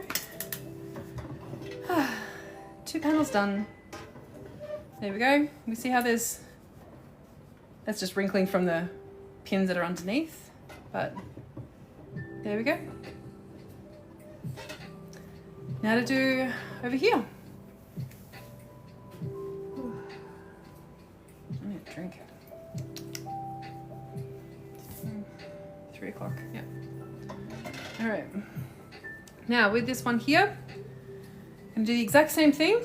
Now this time we're gonna have the grain line is gonna be slightly different from this one here as well. So you can see the difference between the grain line right here, which is going straight up and down. This one he's going over just a little bit. This one he's probably gonna go over just a little bit more as well. So I'm gonna test it out and see how we go. This is why I love draping corset patterns on an actual mannequin, so I can test to see where the grain line's gonna sit really well. So if we started up here, and I know it's gonna have to probably go that way. Because not only do we have the curve over the hip here, we've also got it to go around the rib cage. So we have to do it on a slight curve, on a slight angle, I mean.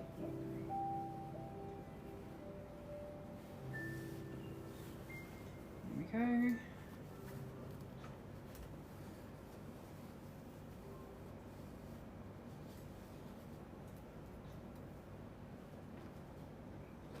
There is the waistline.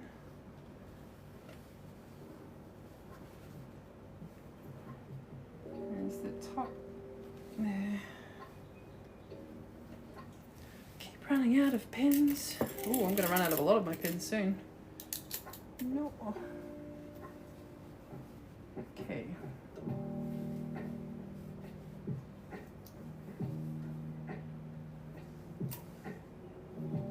There we go. All right, we have this pinned in place. It's not 3 a.m. in Australia. It is 3 p.m. in the afternoon. Trust me, I'm in Australia. See? Nice and sunny outside.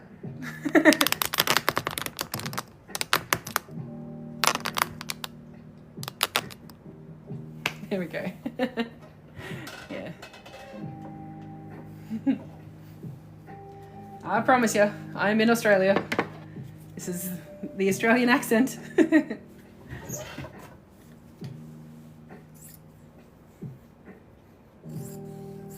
Although if anybody hears my son speak, they'll think he's American, because he actually has an American accent because of all of his teaching aids from back when he was younger. He got the American accent.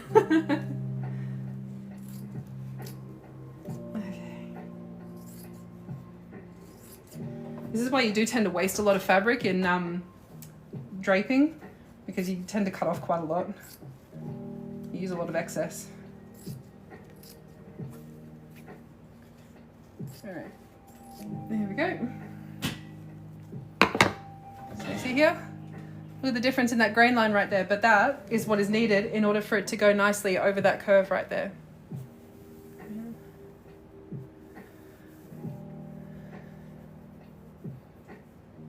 Oh, fantastic! Good luck in your sewing class. Yes, if you have a really curvy design like this, if you have a print pattern, then you need to start looking into what's called pattern matching.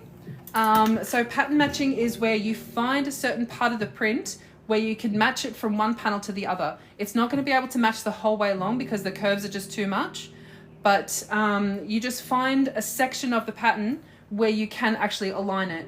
Usually it's in the largest part of the corset.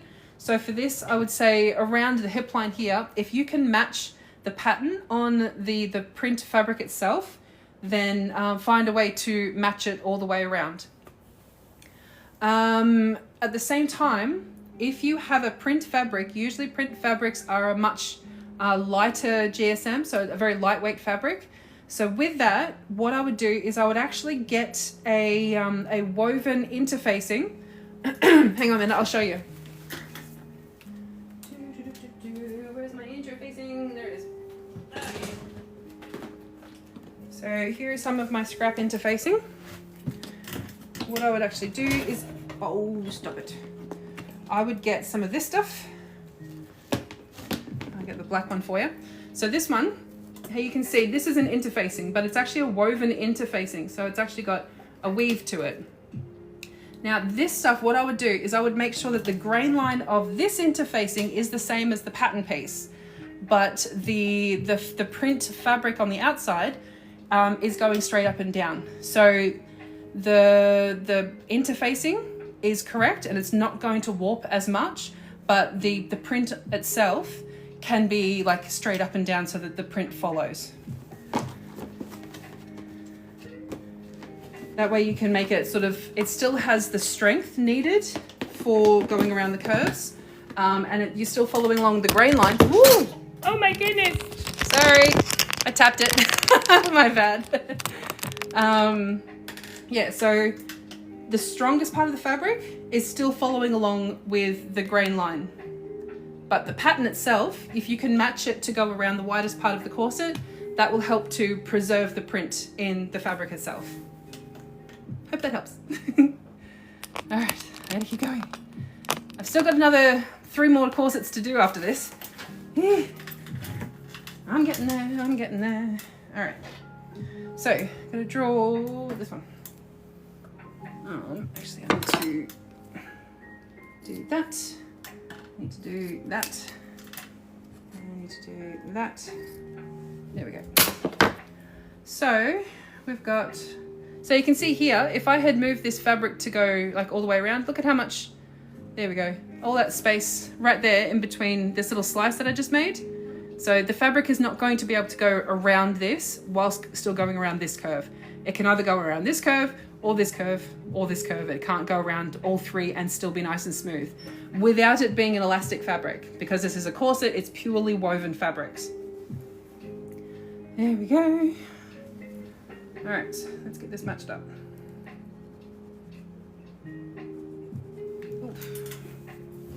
moving away from me.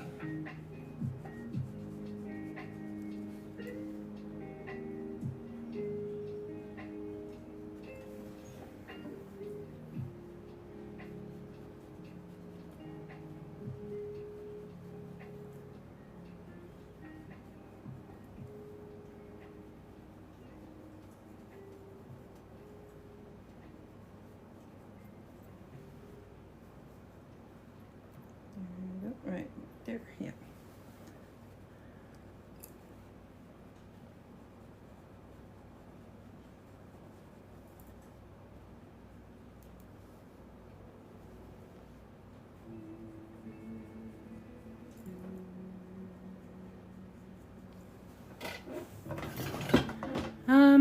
Right.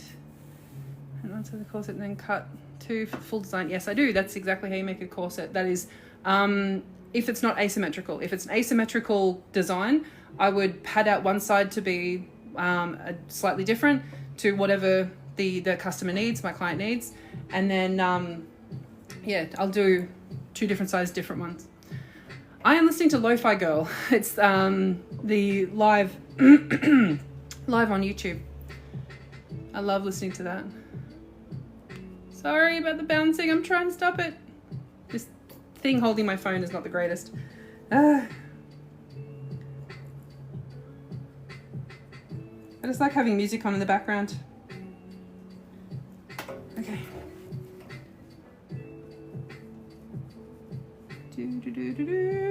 There we go. There we go. Outline. Piece number 3. And then we have the grain line. There to there. We have the waistline from here to here. Thankfully, this mannequin has got that little thing here at the waistline. That's what it comes with that. So much easier. So, yay. Number 3. There it is.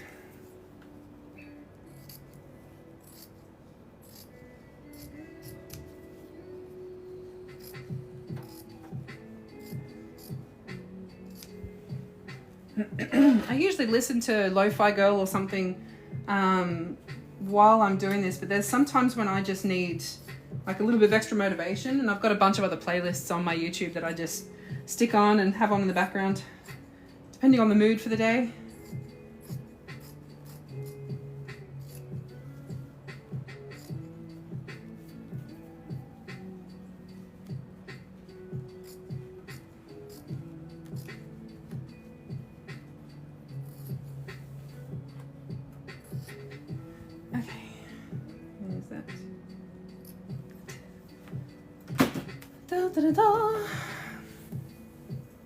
Oh my goodness, energizing Zelda music. That would be amazing.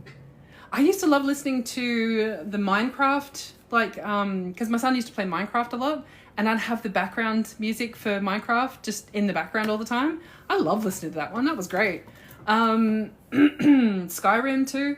The Skyrim sort of like, I know that there's a video somewhere of just somebody walking in Skyrim, and just the music for that was fantastic. I love it. What else is there? There's a bunch of other games. There's another one called Palia that's out on Nintendo Switch. I play that one sometimes. I haven't played it for months though, and I'm really annoyed because I'm so far behind on it. Yeah, I play that one, and the background music for that one is it's so lovely. I love it.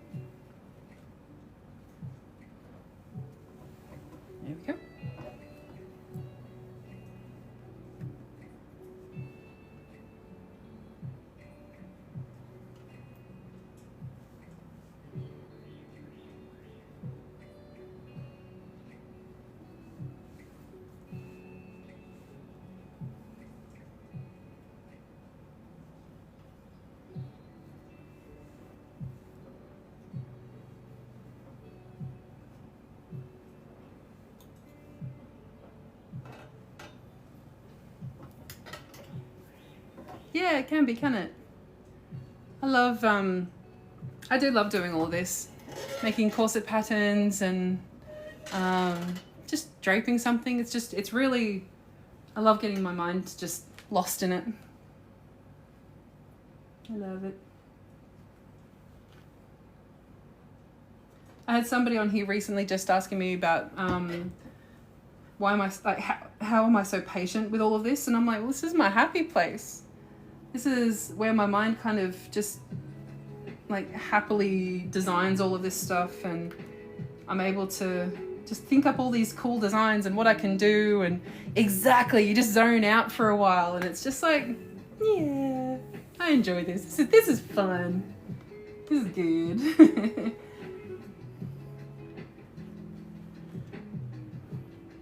There we go. First 3 panels are done. Three. So 3 out of 6. A few more to go. So this is the underbust corset that I'll have available in the course. No, so I am currently draping an extra 4 corset patterns. I'm losing my voice as well, because I have been asked so many times how to teach corset making. So I'm like, okay, all right. So I've got my overbust corset that I'm actually going to tweak a little bit. I'm going to make some adjustments to it. I draped it on her before I put all the padding and everything on it. So I added some extra padding, like just to give it a little bit more, because the current one that I've got, it's good, but it needs more. It needs more shaping. So yeah, I am draping this one. Let's see if I've still got any. Oh, 14%, yeah. So this is the current one that I'm draping. I know my drawing is not the greatest, I'm sorry. And then I've got Peggy, which is gonna be this one. Just a little bustier. And then I've got the Adeline. Gotta do that one next. So I'm gonna teach people how to do like the cups and everything, which is gonna be fun. And this one here is the Mina. Just a little simple one. Cups are much harder, yes. Okay, so making them is easy, sort of. Once you get used to it, of course. Fitting them, that's the hard part. I don't know how many like bras and cups that I've had to try and fit to people, and it's like, it's so frustrating. Boobs are really hard to pattern. Ugh. And I've decided to make this even more difficult for myself, is that I'm going to have 3 fit models for this entire course. There's me, there's my housemate, and then there's my sister. My sister and I are both plus size, except she's got the curves to die for, and I'm straight up and down. I'm very envious of my sister. And so I'm going to create corsets to fit all 3 of us. All the corsets are going to fit all 3 of us. So I didn't make this challenging for myself at all. Yeah. Everyone is very different, yes. Which is like, it's one of the most difficult, but also one of the most rewarding parts of my job, is to learn how to make clothing that fits people. So that's why I'm trying to teach as much as possible how to not just make clothing, but how to make clothing that fits. That's the hard part. So yeah, as I'm creating this corset pattern, I had to sort of fit it out a little bit more, because even though this is a standard size 14 mannequin, I just found like the hips don't fit right and just don't really look right. So I just wanted to add a little bit extra on both sides. So now she's a little bit more pear-shaped, not too much, just a little bit extra. Yeah. Yes, definitely. I need to fix up my dress form that I made, that it's based on my measurements, because all of the stuffing on the inside has kind of fallen down, and I need to sort of fit it back up again. But yeah, every single dress form just is not quite human shape, unfortunately. So yeah, I put these on last night, and I feel like it's not perfect, but it's better than it was. Ugh, okay, I need to keep going. All right. Okay, so for everyone, you can see the reason why we have to do it like this. Long torso. Me too! I have a long torso. And like, okay, I'm gonna be really real with everyone here. So we've got, this is my bust line here. I've got my waist here. There is usually between like 12 centimeters here between like the waistline and the bust line. I have about 15 to 20. So where is it? There's my waist. There's my bust all the way up here. And then my hip line is actually all the way down here. So I have a really long torso. I don't really have much curve to it. And it's because my sister took it all before I was born. I'm not salty at all. I'm not salty at all. Anyway, let's get back to this, shall we? So, as we are draping this particular corset, straight up and down, we can see the grain line right here for the center front, because we just need the grain line to be nice and straight. And then as we come out, we've got to deal with this curve, a little bit here and a little tiny bit of curve here. So we're going to make the grain line just tilt it over slightly to allow the fabric to curve just and twist just a little bit. And then as we go further over and we've got more of a curve along here and along here, the grain line's even more tilted across. So we're going straight down like that, because we need to allow the fabric a little bit of twist to it. That allows it to go around the waistline. So we've got three different curves. We've got the curve around the rib cage, we have the curve around the waistline, and then we have the curve around the hips. So if we just tilt the fabric a little bit, that way you can allow for the shift in the curves. Might need to number the top of number 3. Oh, I do too, thank you. Thank you for the reminder. Number 3. There we go. 1, 2, 3. Woo. Okay. I got distracted again. Thank you. So you can see the grain lines are correct.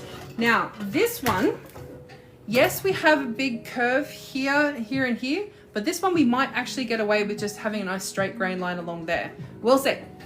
We'll see how the fabric behaves. How are we going for pins? We need more pins. Okay.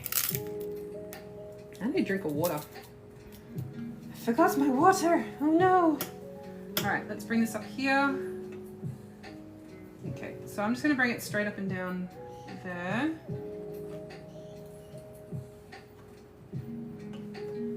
Okay.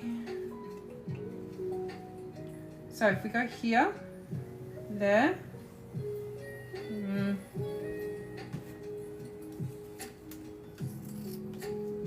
Cut out that. So we can allow that to move. So I'm going to go straight up and down. Let's go in at the waistline.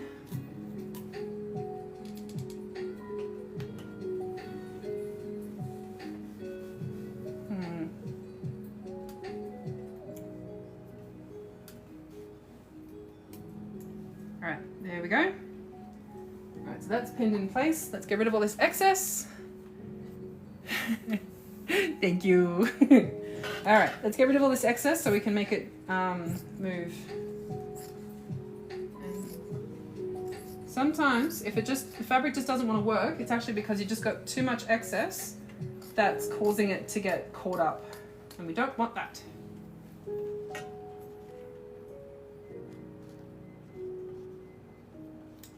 Get in there. Oop. That pin needs to go down there.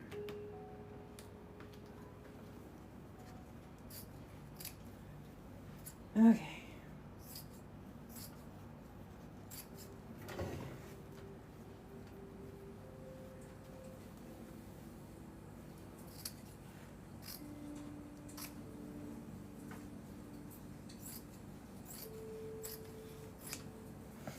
All right. So we're going to have some wrinkling here. Oh, thank you. All right.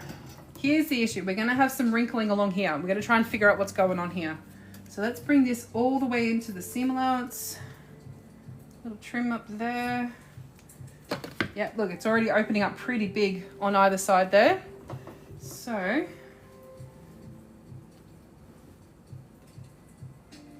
what do you think we can do? Now that's also one of the issues when it comes to putting fabric directly over where right on the waistline.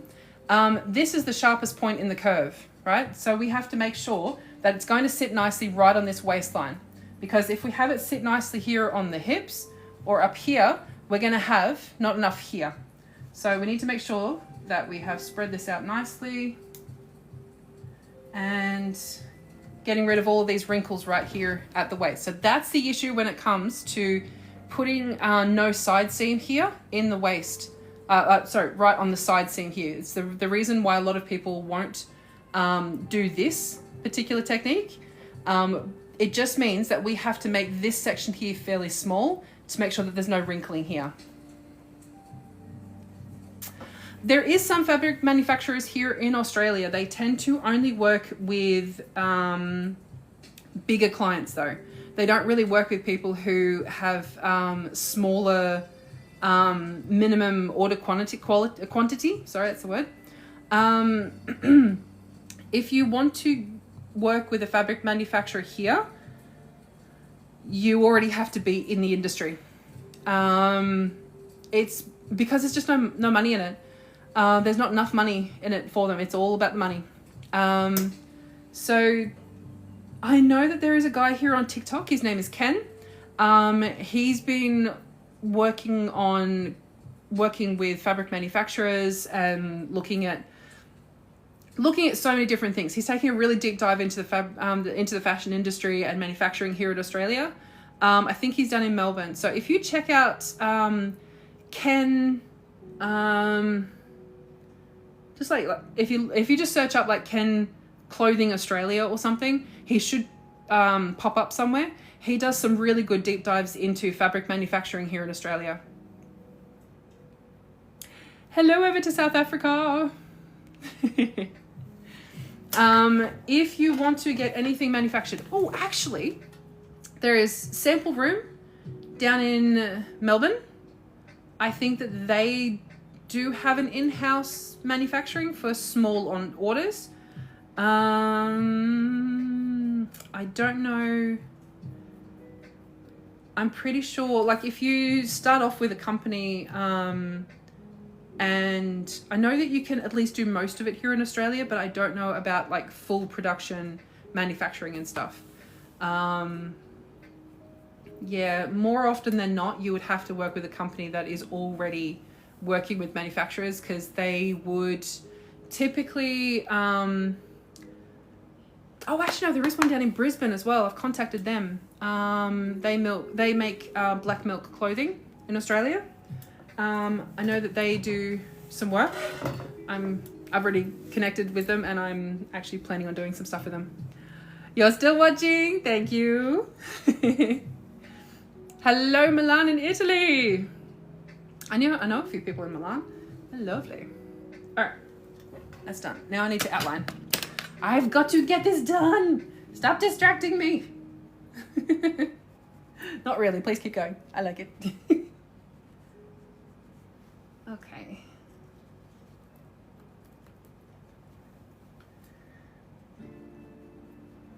So it's actually one of the main reasons I'm moving down to Brisbane next year, is so that I can connect with a couple of really amazing people down there, so that I can get started with the next step in my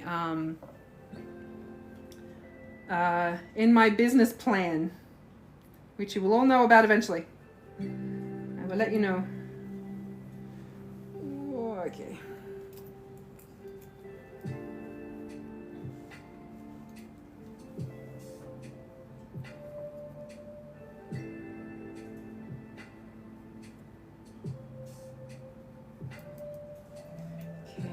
There to there.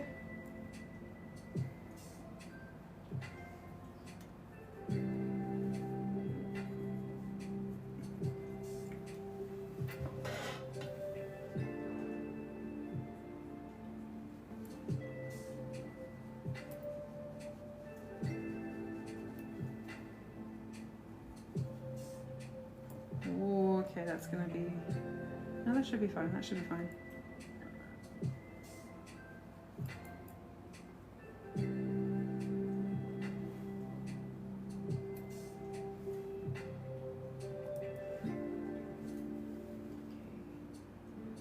There, to there.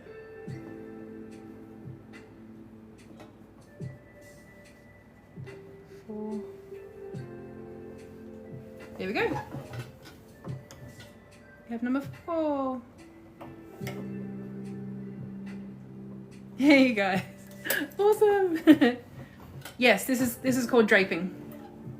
So I'm currently, like, I've draped out the seam lines and the outline of the pattern that I'm making at the moment, and now I'm just making all the pattern pieces. So I'm getting a bit of fabric and pinning it over each of the pattern pieces here that I've marked out, and now I'm just drawing around where I want the pattern to be. I'm also drawing on the grain line and the waistline as well.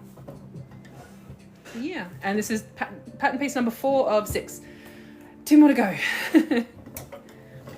Okay, that's done.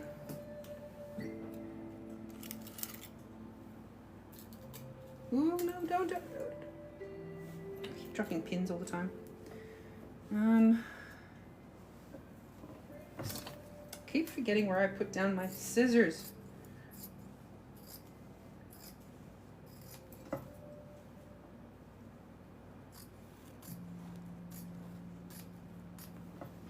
Okay. Actually, I'm just going to trim it this way. There is a lot of curve right there.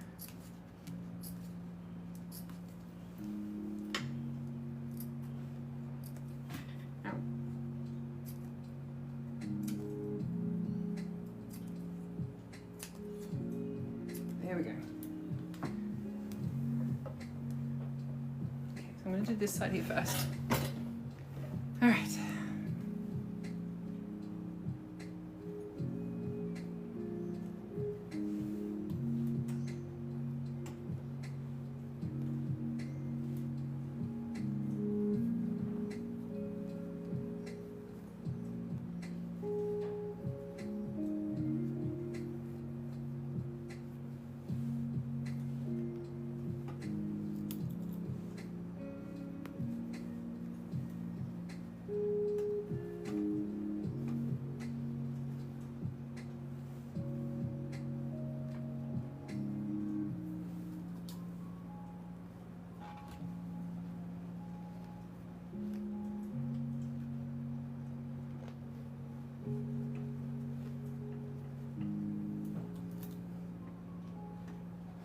There we go.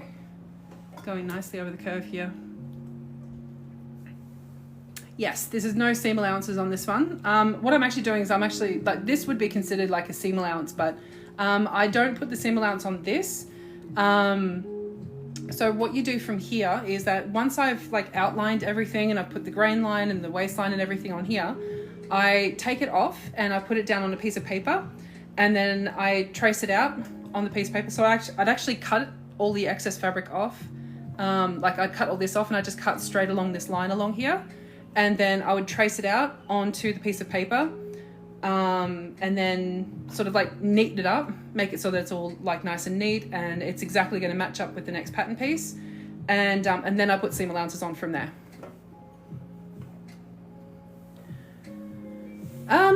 Well, it's Amani, that's the entire reason I created my online sewing school, is so that I could actually teach people this online, because I'm in a fairly small town, and I just don't, like I had quite a few students at one point, and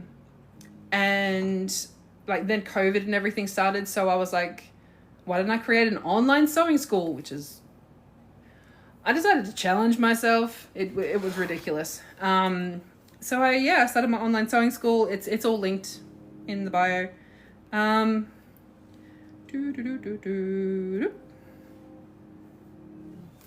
That's what I'm making. So I do the sketch first, so I have a basic idea of what I'm making, and then I start draping it. So you can see how I wanted like the bottom hemline, We've got a spoon busk right there, which is one of these. That's a spoon busk, so it's got a big curve to it. So yeah, you can see how it's got a big curve to it right there. This is actually the overbust version. I've got the smaller. This is the one that's actually going to be used. That's going to be right there, like that. When it's together properly. Yeah, and it's going to look like that. Ta-da! I only did the front of it, but I can sort of, so you see how we've got, hang on, let me bring it up a little bit higher. Oh gosh. There we go. So you see how we've got, this is where the bottom of the spoon basket is. This is the top of the thigh, going over the hip. This thing keeps falling down. So over the hip, and then up to here. And then we have a 2.5 centimeter seam allowance until the center line. Yeah. Ta-da! So that's how I know, like, how it's all gonna work out. The dressmaker, it's not with Nicole Kidman, it's with, oh gosh, what's her name?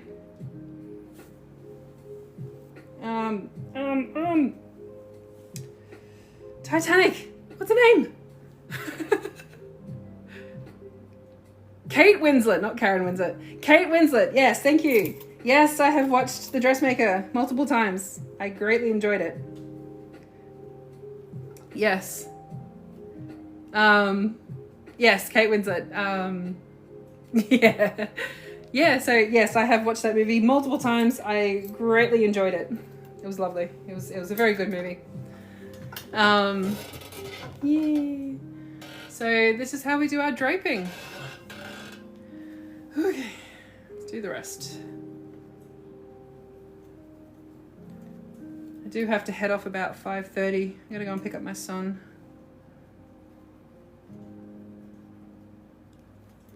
Ooh, too far, too far. There we go.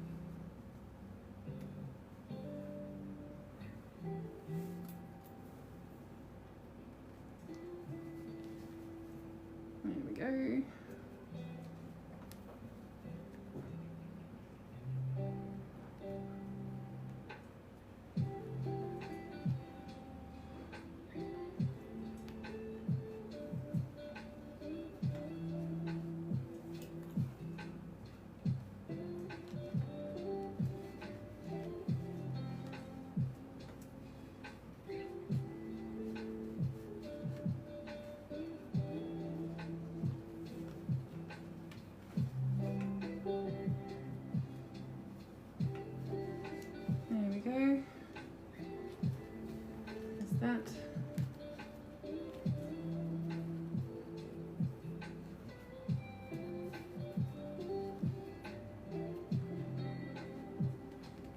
There we go. Whew. There is another pattern, and look, we don't have any of that wrinkling here. It's all nice and flat. Yay. Oh, you're in California. You're very welcome. Thank you. I'm not going to do any waist reduction on this particular one. I could. Oh, now you give me more work to do. I don't mind though. I typically don't do any waist reduction, purely because I would only put a waist reduction. I don't know. It just makes me kind of feel uncomfortable to do that. Unless I know the person who's going to be wearing it is going to be able to actually wear it.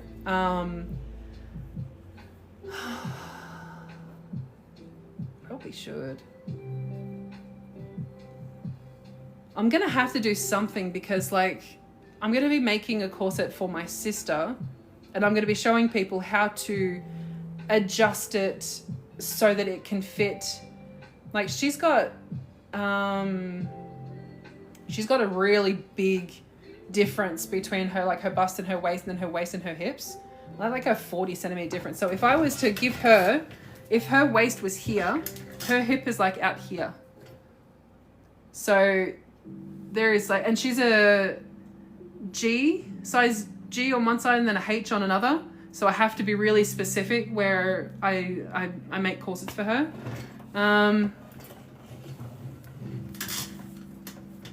Yeah, I'm really careful when it comes to making corsets and stuff, because I'm really worried about hurting somebody. I don't want to hurt anybody with this stuff, and I want to make sure that the people who are making it know how to adjust it so that they're not going to hurt themselves.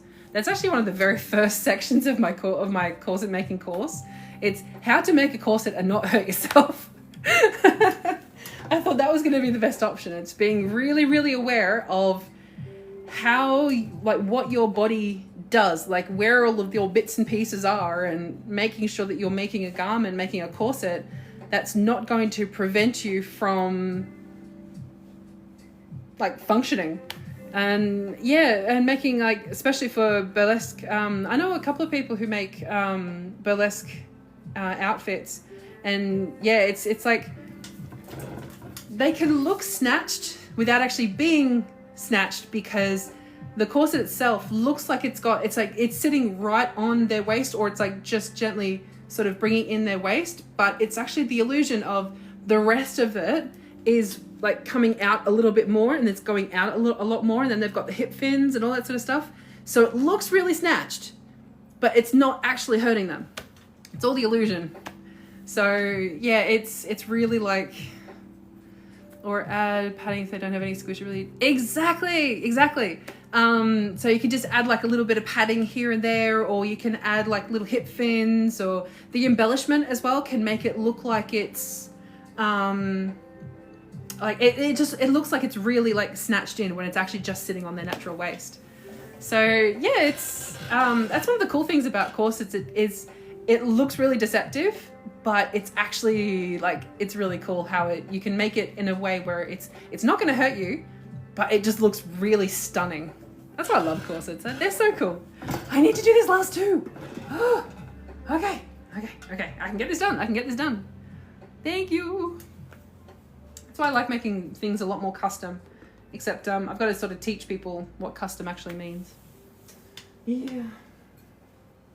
Okay, so you can see the differences. We're going to continue with the grain lines. So we've got straight up and down. We've got slightly off to the side. We've got a lot more off to the side. We've got a straight up and down.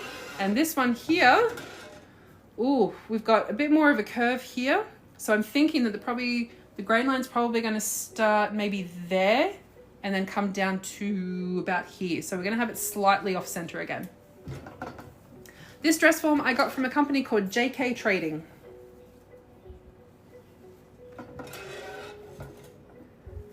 You can get them from a lot of different places, but yeah, this one I got from JK Trading. I got it like 7 or 8 years ago.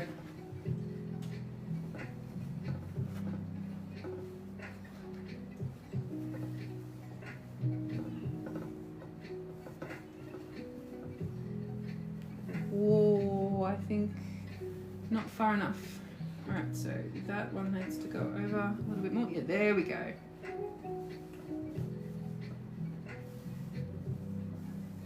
That's better. So I had to actually tilt it just a little bit more.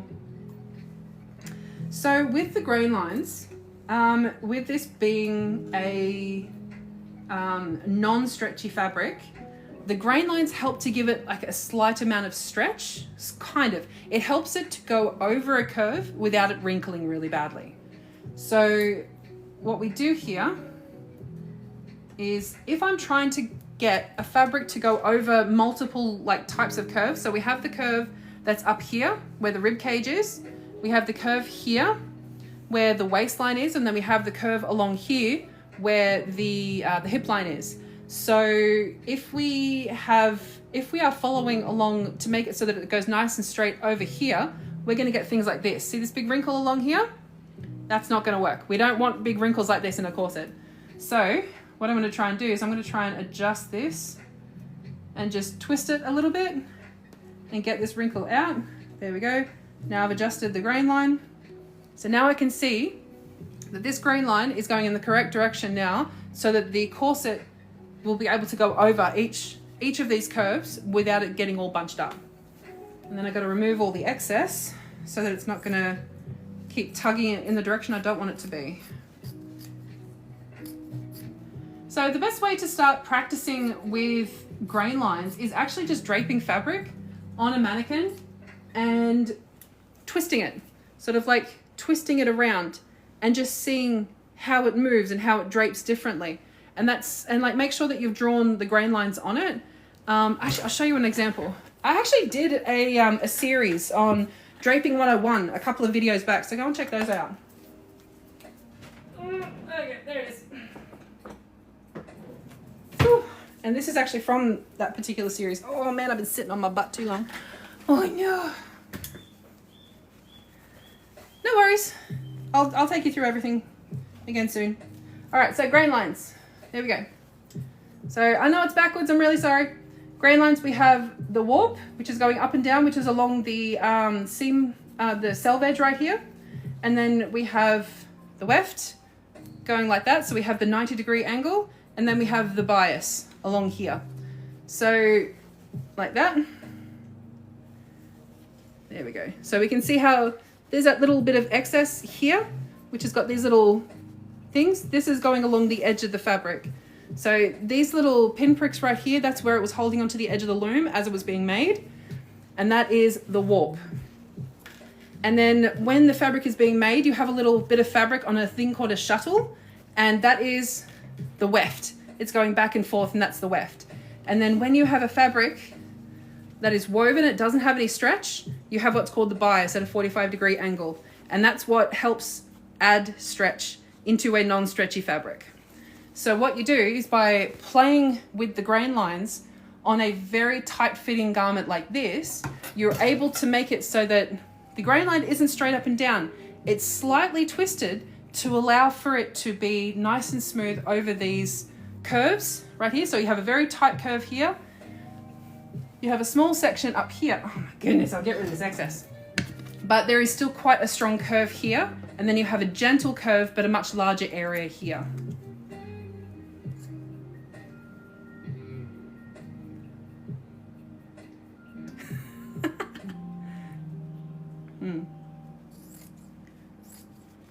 Okay, there we go. So once we cut off all this excess, we can see how it's going to be moving on the mannequin itself. There we go. All right. So you see here?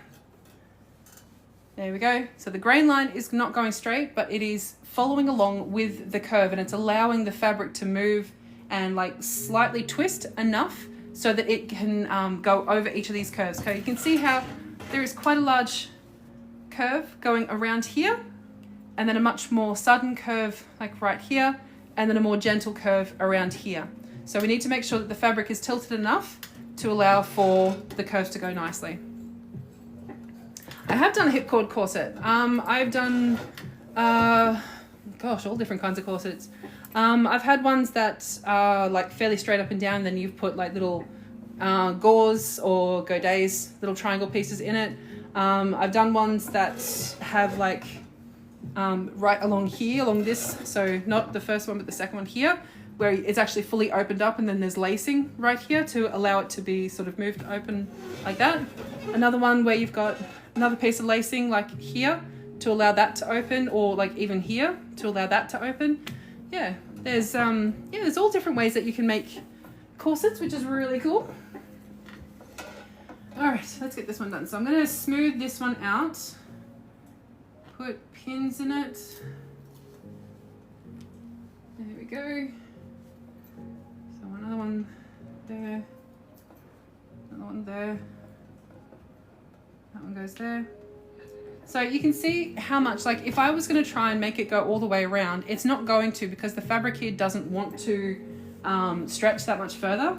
So in order to allow this section here at the waistline to not stretch too much and have like any wrinkles right here, I'm just going to cut the seam allowance like right to there, and you can see how much that comes open right there, because it was just under a little bit too much strain. So in order for this to be nice and smooth, I've got to trim that open. There we go. And now it's going to sit nice and smooth. Ta-da! I have an entire online sewing school. It is all linked in my bio. I've got a bunch of tutorials here on my page, and I have patterns available in my store, and I am currently making 4 more corset patterns for a corset making course. I don't have a release date yet because I'm still putting everything together. And yeah, so once I'm finished doing all of this, and I'm going to be grading these for all different sizes, I'll have them all available to download from the course itself or on their own without the tutorials and everything in my store. So yeah, I have a lot of work to do.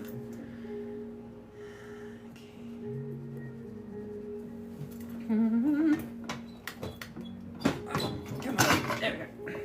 Oop, too far, no. All right, gonna bring this up. There we go.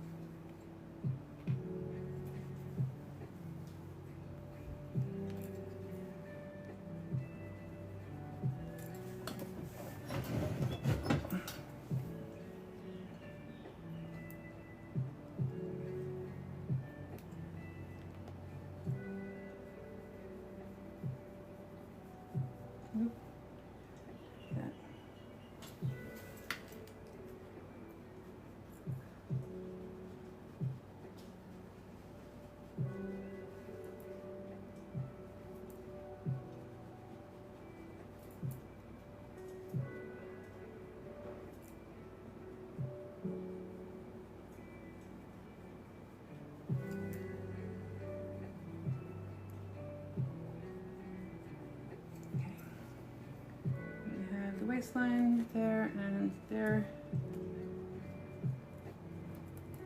There we go. We have number 5. There we go. There we go. Ta-da! Oh my goodness. Okay. As soon as I get them done. I currently have a free sewing essentials course. I have a basic sewing techniques course, teaching you all the different kinds of sewing techniques from machine sewing, hand sewing, all that kind of stuff. That's in my school as well. I've got a pattern making course on flat pattern drafting, where I teach you how to make your own pattern blocks and then turn them into sewing patterns, because that's typically what I do for a regular garment, is that I do flat pattern drafting, but when I make corsets, I do draping. Yes. Yeah, I do the sketch first. Sometimes it really depends on the fabric.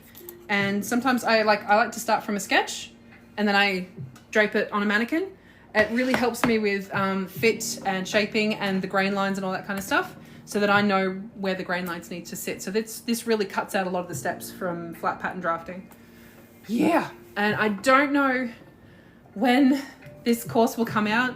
Oh, I've also got another course on how to actually run a dressmaking business, because I've been running this for years now. So I was like, I had a bunch of people ask me how to do this entire business. So I'm like, okay, let me show you how to do it.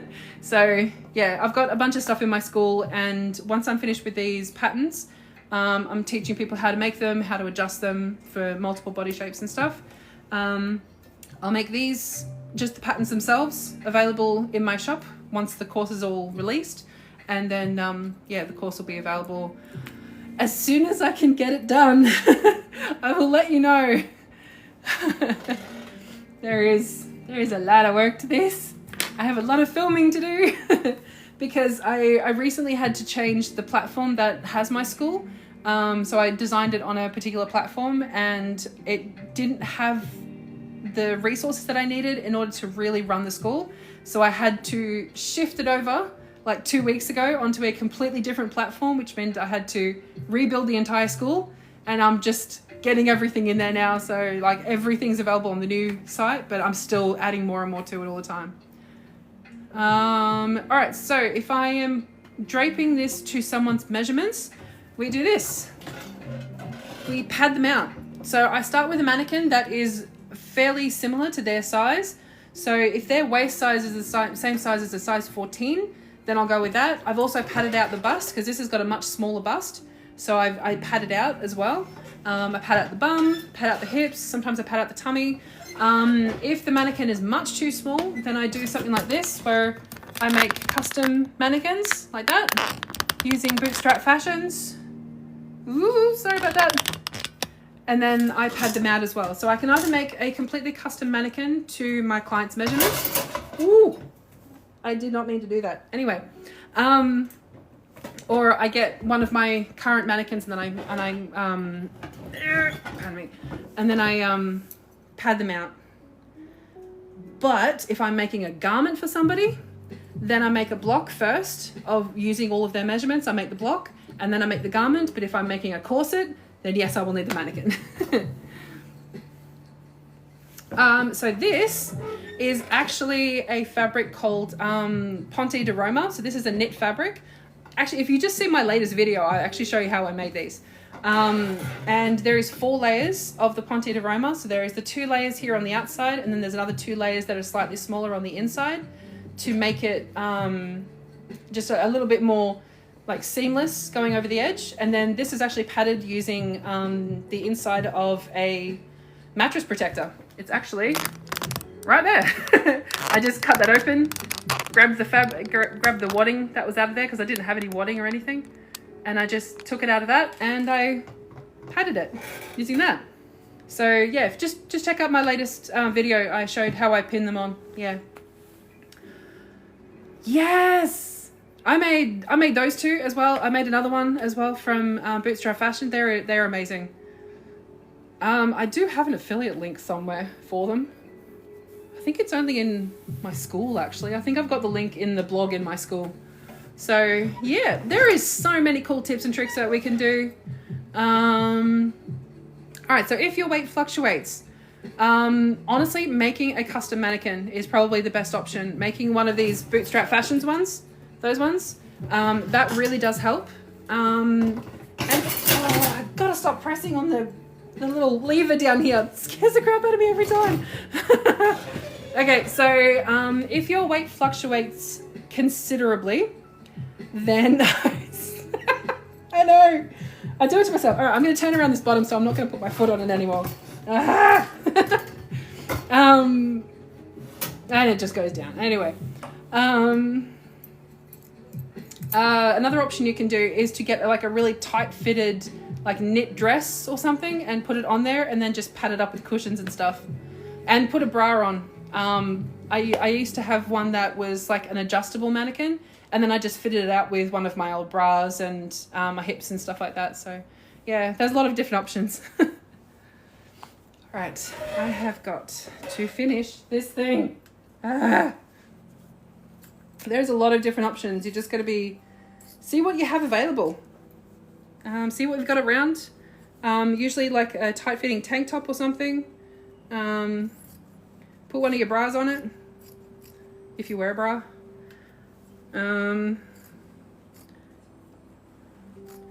But when it comes to actually making a garment for somebody, I tend to just use flat pattern drafting because I just found that's a lot easier for me to fit things a lot better. That's me though. That's just what I prefer to do. And if anybody wants to learn how I do it, I have a whole course on that. You're welcome. Yeah. But I don't tend to do flat pattern drafting with corsets because they are so freaking complicated. And again, I don't know how to use. Just start throwing fabric at it. Throw some fabric at it and see how it drapes. Pin a bunch of stuff on it. Just go for it. If you don't know how to use it, it's literally, imagine you've got a person there. This one's name is Morgan. That's why the first corset that I draped on her is named Morgan. And I was like, put some clothes on it and just use it as like a visual representation of the person that you want to be dressing. And if it's yourself, that's awesome. Then pad it out to have your measurements and just chuck some fabric at it. Honestly, it's not that complicated. This just looks really complicated because it's a corset, and there is a lot of rules when it comes to making a corset, which is why the corset I'm making is very complicated. You're welcome. I used to have an adjustable mannequin. It broke within 2 weeks. No, it wasn't very stable. You've got to stabilize it. You've got to just try and work with it. I've had all different kind of mannequins. You know those, they're like these little fancy ones that I got from a fabric store. They're meant to just look like decorations, but I used it. I just padded it out because it was really small. I was able to use it for my much smaller clients, and I just sort of padded it out to their measurements, and then it worked. You just make it work. I used to take custom orders. I'm not at the moment because I'm in the process of moving down to Brisbane, which is quite a few thousand kilometers away from me. I used to take custom orders, not at the moment though.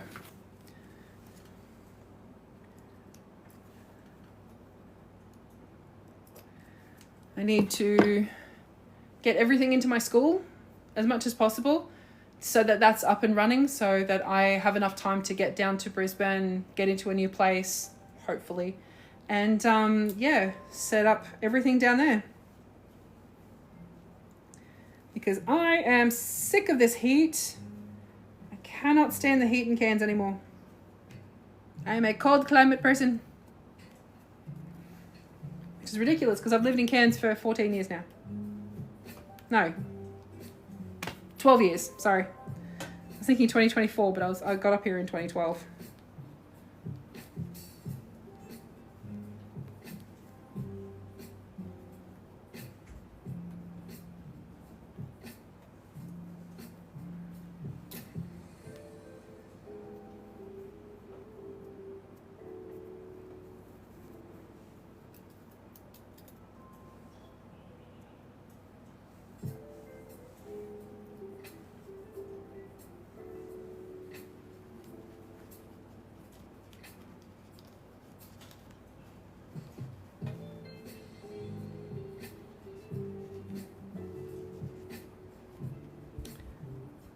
Yeah, this isn't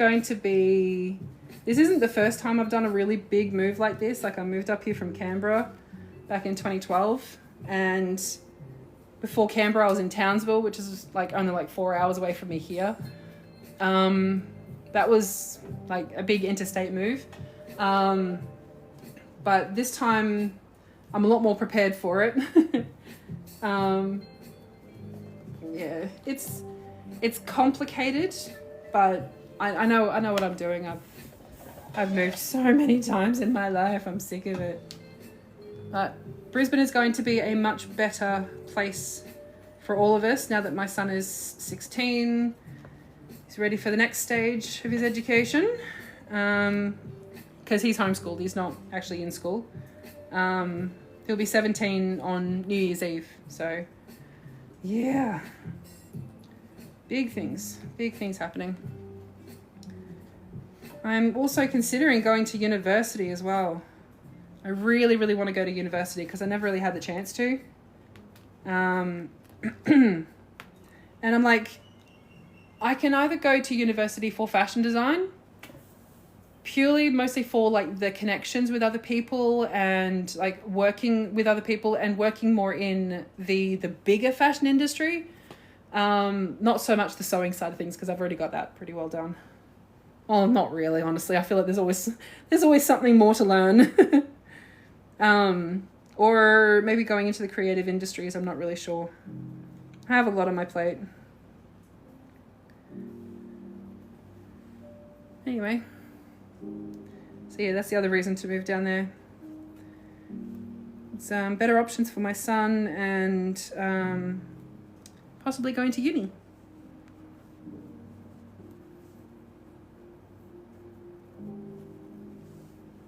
There we go.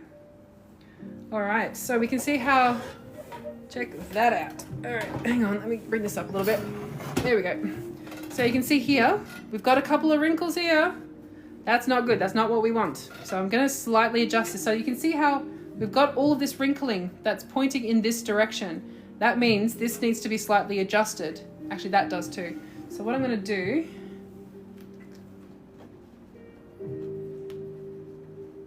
is, this is why I tried to keep as much of the seam allowance as I can,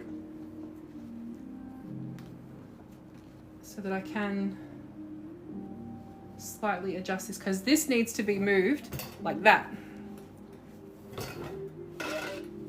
See, this is not the most recent one. This is this one over here.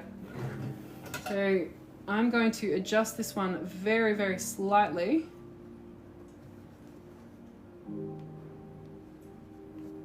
There we go.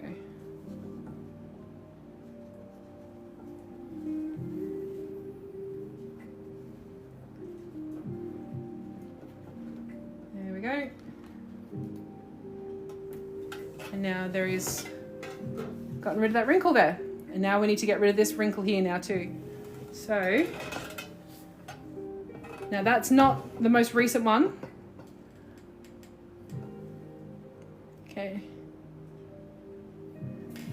It is, but it's my life. It's hard, but if I let that get to me, then I'll just crash. I just take everything as it comes. I try to plan as much as I can.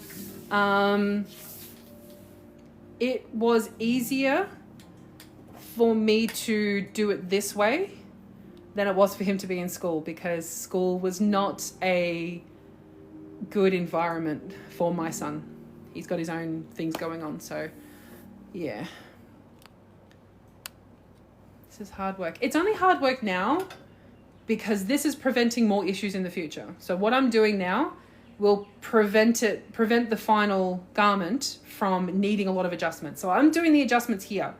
That's why we do the draping. So now I'm going to adjust this, because we can see, I want to get rid of this wrinkle right here, right? So this needs to be adjusted slightly.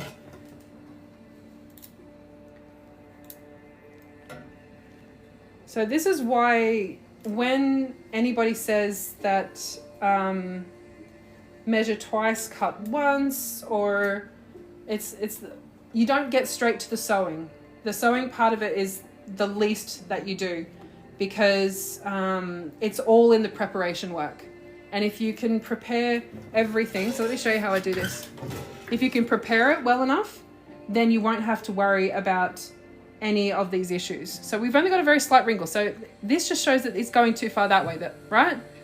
So you can see how it's going. What I need for that to be directly on the waistline. Here we go. So you can see how we've got this little wrinkle going this way, right? I want this to be smooth just very slightly. So I bring this down and I'm going to adjust this. So you can see how it's only very slight, like that, but it still needs to be brought over. There we go.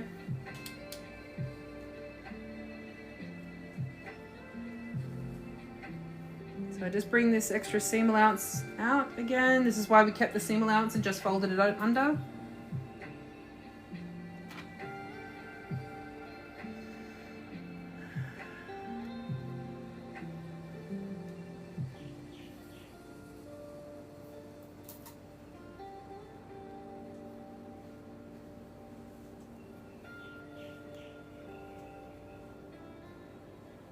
I'm just going to fold that one under just a little bit more. There we go, that matches it up.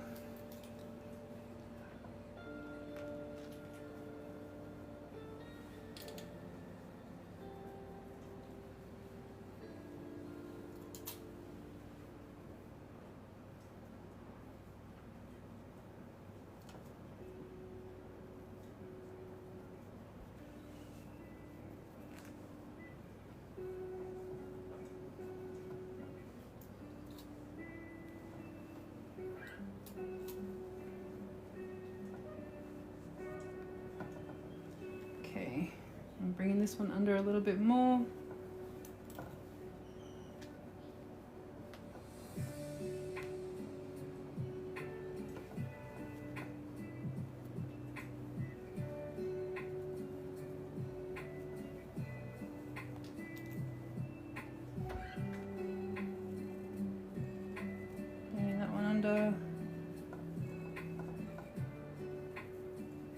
So if you can see how much it's only very slight, very slight.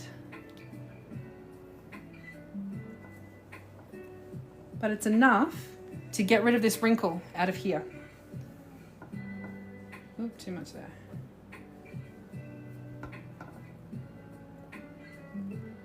So this is why when anybody sees all of these wrinkles on a corset, it's because the grain line is usually just slightly off.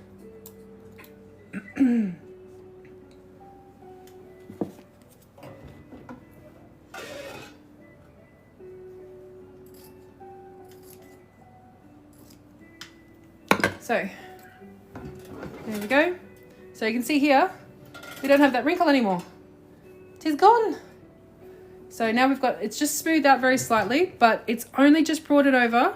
You can see where the original line was. I drew this line directly on it, and I've just brought this over maybe about 3 to 4 millimeters. And then I've just brought this one here under just a little bit as well. So now we don't have that wrinkle. So this is the difference with the grain line. This is how we can slightly adjust it to make it getting rid of all of these big wrinkles. That one's got one as well. Oh my goodness. I'm gonna have to go through and fix all that. All right, sorry, I'm gonna get through the comments now. Spunbound. I have no idea what spunbound is. This is just me draping fabric on a mannequin. Maybe I can just fix that one up. Yeah, that one's fine. So that one's fine. Oh, that's actually just the shadow of the padding on the mannequin. So that was actually fine. So yeah. Now the wrinkle is gone from here. This one here seems fine. Yep. That's just the pinning of the pad underneath. That one is done as well. Ah, you can see here at the top how I had to change this one here over a little bit. There we go. So that's how I got rid of the wrinkle. So I've just slightly shifted it over just a little bit. No, traditional school isn't for everyone. He did not have the support that he needed. Yeah, it wasn't the right fit. And we tried multiple schools. And yeah, thankfully there's a really great company here in Australia called Yuka, and they have a full online program that follows the Australian curriculum, and it goes from kindergarten, year 1 I think, to year 12, and they also have pathways to go into university and TAFE and stuff like that. So yeah, yeah, that was a really good option for us, and it's worked for years now. What is it better to use as a boning for a corset, the metal one or the Wriggling? So Wriggling is best to use in like support for dresses. So if you have a garment that just needs a little bit of support, like I mean, yeah, I don't use Wriggling in these kinds of corsets. It's not strong enough. Because if I'm going to be making this out of a fabric called coutil, or the more thicker fabrics that don't have like any stretch whatsoever, they're pretty heavy duty, Wriggling's not going to do anything. And Wriggling tends to heat up with the body heat and warp too much, and it gets those really sharp bends in it, and it's just not worth it. So I use spiral steels in a lot of the curves. Some of the sections I do use straight steels. So this one's going to have a busk in it. That's going to have a spiral, spiral, spiral, spiral, possibly a flat, maybe. I don't know. It's probably a spiral, actually. And then I'm going to have 2 flat steels on either side of the lacing panel here. So I have one more panel to do. Yay. Spunbound. That could be similar to... This is just plain cotton, like... kind of what they use in quilt backing. So just plain cotton. So I think it's called homespun here. I think it's the same. Love me all the Andy.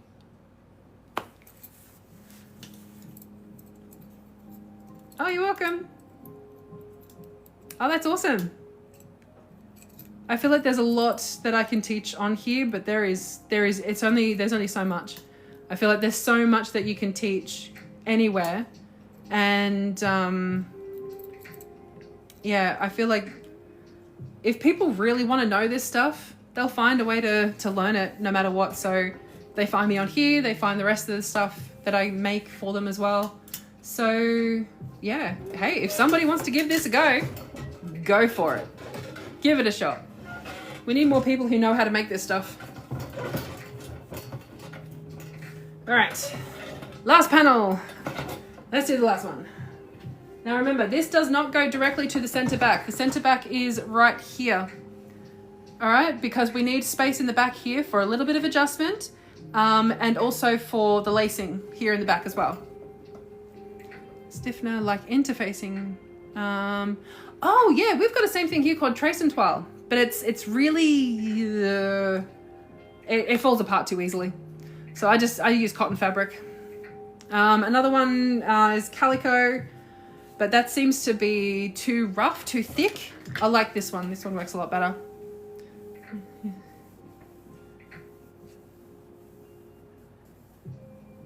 Yeah, it feels like no matter how much you learn, there's always something more to learn. That's why it's actually one of the reasons I do want to go to university, is because even though I've been doing this for such a long time, I want to learn from other people's perspectives. I love learning things from another person's perspective and seeing how they do things. And I feel like it's really interesting as well, because it helps me to recognize somebody's work as well. And I think it's really cool.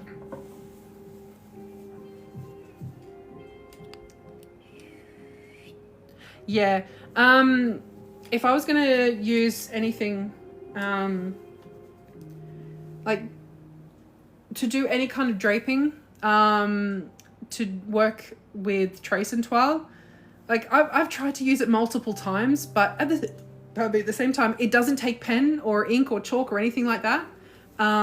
If you try to use it, it's kind of I don't know what it's made of, some kind of plastic, I think, but it feels really soft to the touch, but it's like, it's not strong in any way. It doesn't pin very well. It doesn't take pen. I remember I was trying to do the same thing with the trace and toile, like what I'm doing here. And as I was drawing, my hand was going over the pen and it kept rubbing off on my hand. It was so frustrating. No, I haven't worked in an atelier because I live in far north Queensland, and I have done for the past 12 years. And there is not an atelier up here.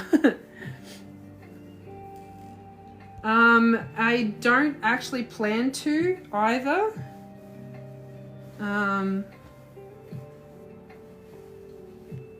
Because I have still got my responsibility as being, well, I'm a single parent and I homeschool my son, and he's only 16, he'll be turning 17, and he'll be turning 17 very soon. So I still have to work with him. So I'm full-time, full-time doing that. Plus once I get down to Brisbane, I'll probably open back up for custom commissions again. But I'm teaching at the moment, and that seems to be enough. So yeah, if I want to do more full-time work outside of the home, then yes, I'll probably start working at an atelier. But yeah, until my son is sorted, then oh, thanks. Absolutely. I love working with other people. There is a couple of other people up here who do a lot more couture work. There's a couple of really great designers up here as well. I love talking with them and all about like just designing and creating and doing all this stuff, and I love it. I think it's the best. That's why I love coming on here and talking with all different kinds of people. And yeah, so being able to share this as much as possible, because I don't want these skills to be lost. I want people to be able to continue making things like this. And like a lot of the stuff that I was taught when I was a kid, nobody's really teaching that stuff anymore. So exactly, we've got to learn from each other. So I feel like the more we're able to share, the better. Oh, I have not had a drink of water in ages, and I really need some water. All right, so before I finish doing this little section, I'm just going to quickly go and grab myself some water, and I will be right back. Oh, yeah. Okay. So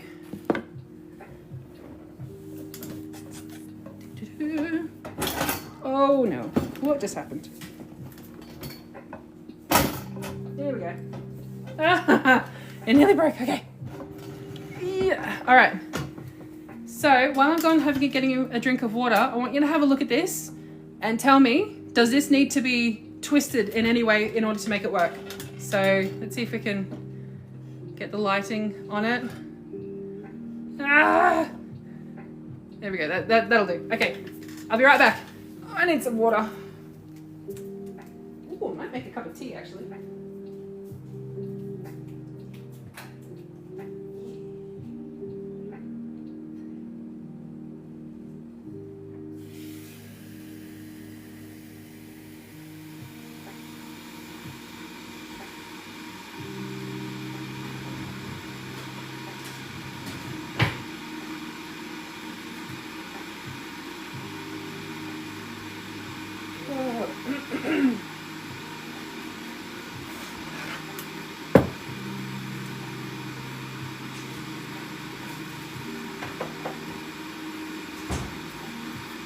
What are we thinking? Does it need to be changed? Oh, top edge slightly to the spine side. Okay. Let me have a look. Alright, so if we go, so it was sitting here before, so if we move it just ever so slightly over to there. Yep, there we go. Yeah, there was a little bit of a wrinkle right there, I think.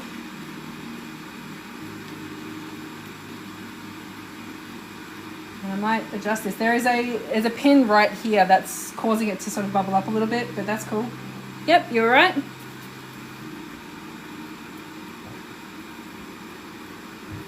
We've got a little bit of a wrinkle here as well. What do we think? Which way do you reckon?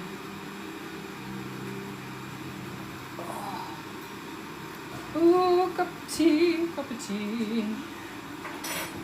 Okay.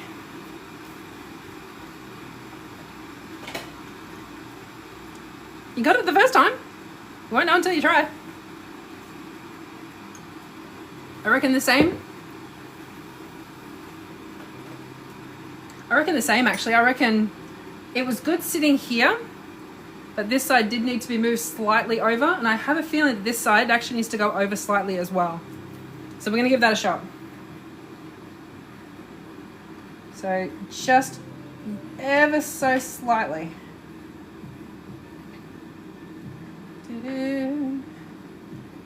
Oh, don't do that. And then if I do that and do that, and then I cut in here to stop that from causing any issues at the waistline. Hey, it's just a suggestion. You can either be wrong or you can be right, and that's okay. Either way is perfectly fine. Check that out, look at that. If we move both over to the spine side, to this side, there we go. Look at that, nice and smooth. Yay. So, now we know, oh my goodness, would you stop doing that? Oh, so, oh no, I've just broken it out. It's completely come out of the base. Okay. You can fix it, I can fix it. She's really heavy. Ugh. Oh my goodness. Would you not, please? Try not to get a pin in my hair. What are you doing? Okay. Oh, and now I've got pins in my hair. What the heck?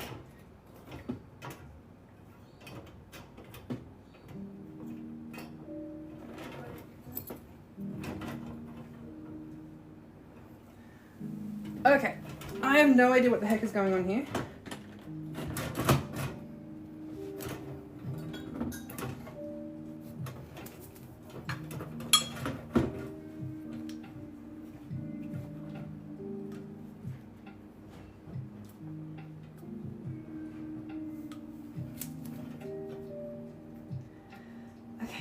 I am trying to put it back inside the base and it just popped out. Ah.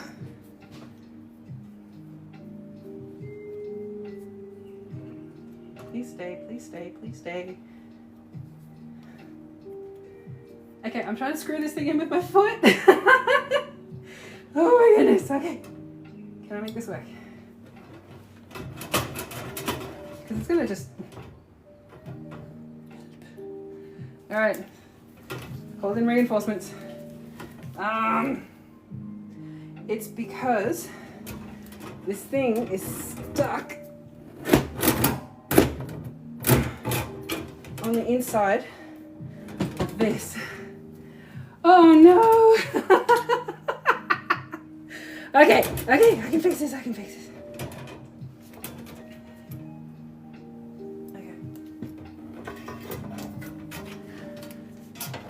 All right, don't mind me.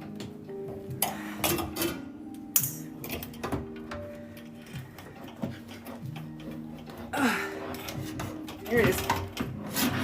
Okay.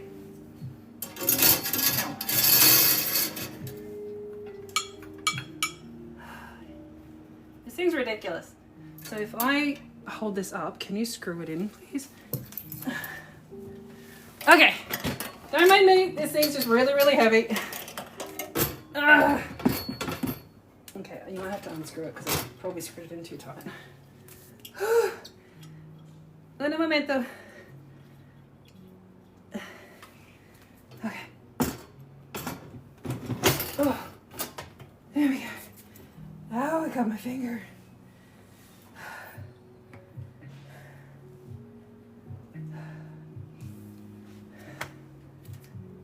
Yes. Okay. Are we gonna behave this time? Yes, we are. No, we're not. That's okay. It's better than it was. At least she's standing on her own now. We did it. Thank you. Oh my goodness. Well, that was fun. Okay. It's never a dull moment. That's for sure. Anyway, I think we're good. She does it to me at the worst possible moment, I swear. See, it's this thing on the inside of it that's supposed to hold it in place. It was just stuck, and now it's not staying up at all. Okay, all right. I need a new one. All right, everyone's talking about how great this thing is. I know I've got grease on my fingers. Okay, come on, there we go. All right, now we've got to put this little curve in at the top. I don't want that completely straight. Okay.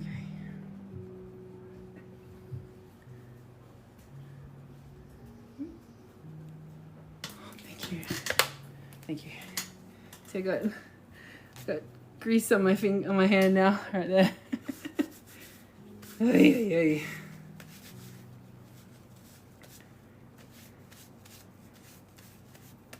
Okay.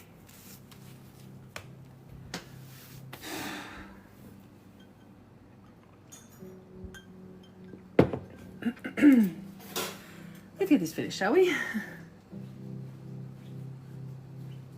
Oh, I missed a bit. Oh, thank you so much. Have a cup of tea. Thank you. I got my tea angel. Ah, perfect. Well, yeah. Sorry, the tea gremlin, I should say.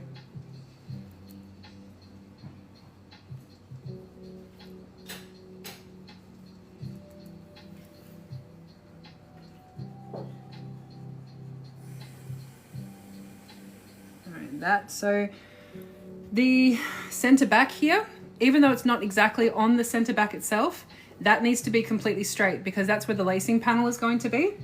So all of the shaping needs to be on all of the other sides, all the other seams. Center back and center front really do need to be straight unless you've got like a really curvy front and a really curvy back. Honestly, the center back should always be like a straight line. unless you're very asymmetrical or you've got like scoliosis or something and you need to follow along with your lines.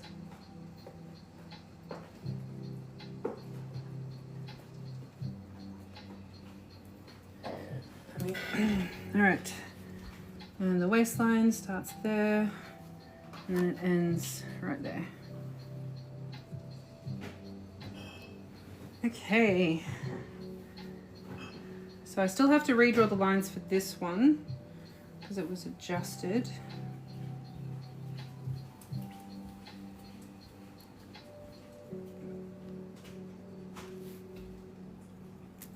All right, so now I'm going to go through. I'm not going to bring this seam allowance under because it's fine.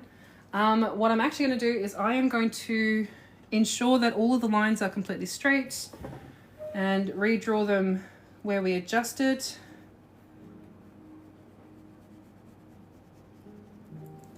Out to here.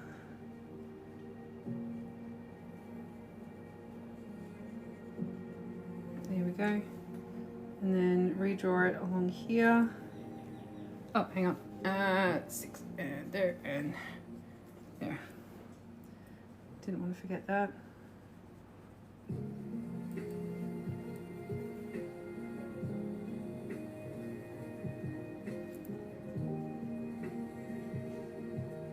And now I just need to turn my iron back on.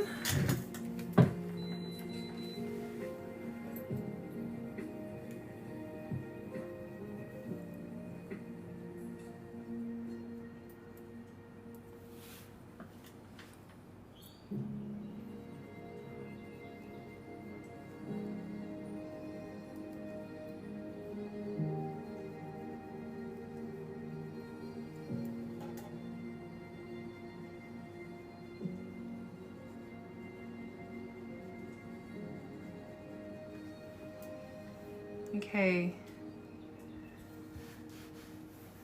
there's that.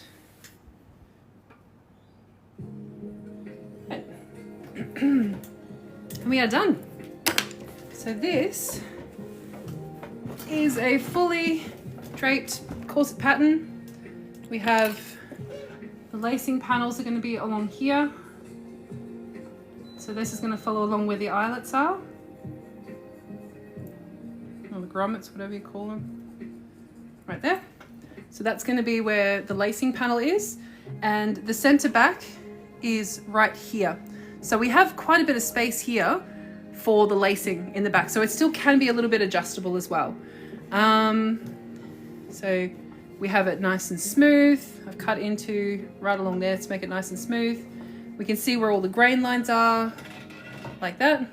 So the next step, before I take this off, because it's almost ready to come off, I do this. I get my iron and I blow some steam on it. And then this is the reason we do not use the heat erasable ink on these. And then I just steam in all of the little folds that I've made. And that helps it to sort of set and gives me a much better idea on where all of these seam lines are going to be. So this helps set everything in place. I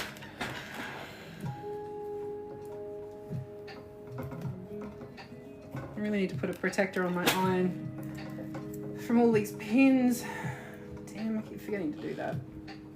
Oh, we got a bit of wrinkle there. So there we go. This would be better if I had like a really small iron, but I don't have one. So I'm just making do. I know I need to get one. It's been on my list for years now.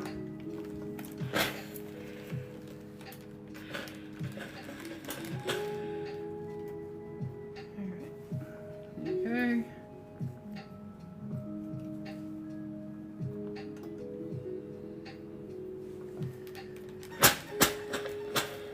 Ooh, don't get under the pins.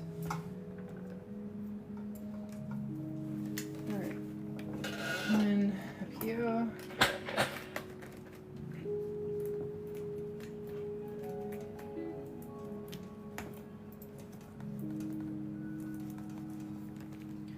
Oh, all right, I'll do this back one. All right.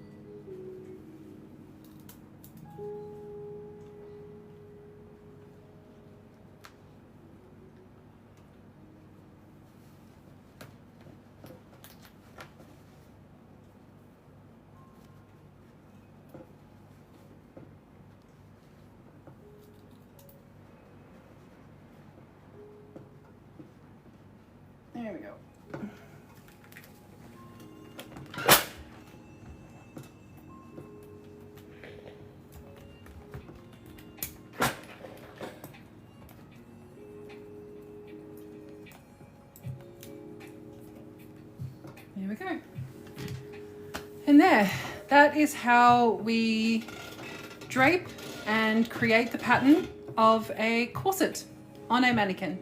If anybody has hung around for all this time, I greatly appreciate you. Yeah, so this is going to be one of the ones in my corset making course. And yeah, so this is how we take a draped pattern off of a mannequin and turn them into pattern pieces and turn them into a fully made garment. This is one of 5. I've got 3 more that I need to drape. So yay! There we go. Hope you guys learned a lot. We have been here for about 2 hours now. So there you go. I'll see if I can download this and I'll post it up somewhere. So yeah. There you go. So thank you so much for joining me, everybody. I hope you guys all enjoyed it. My name is Andy. I'm a sewing teacher at a dressmaker with my Dressmakers Design Studio. So lovely to meet you all. Hope to see you again.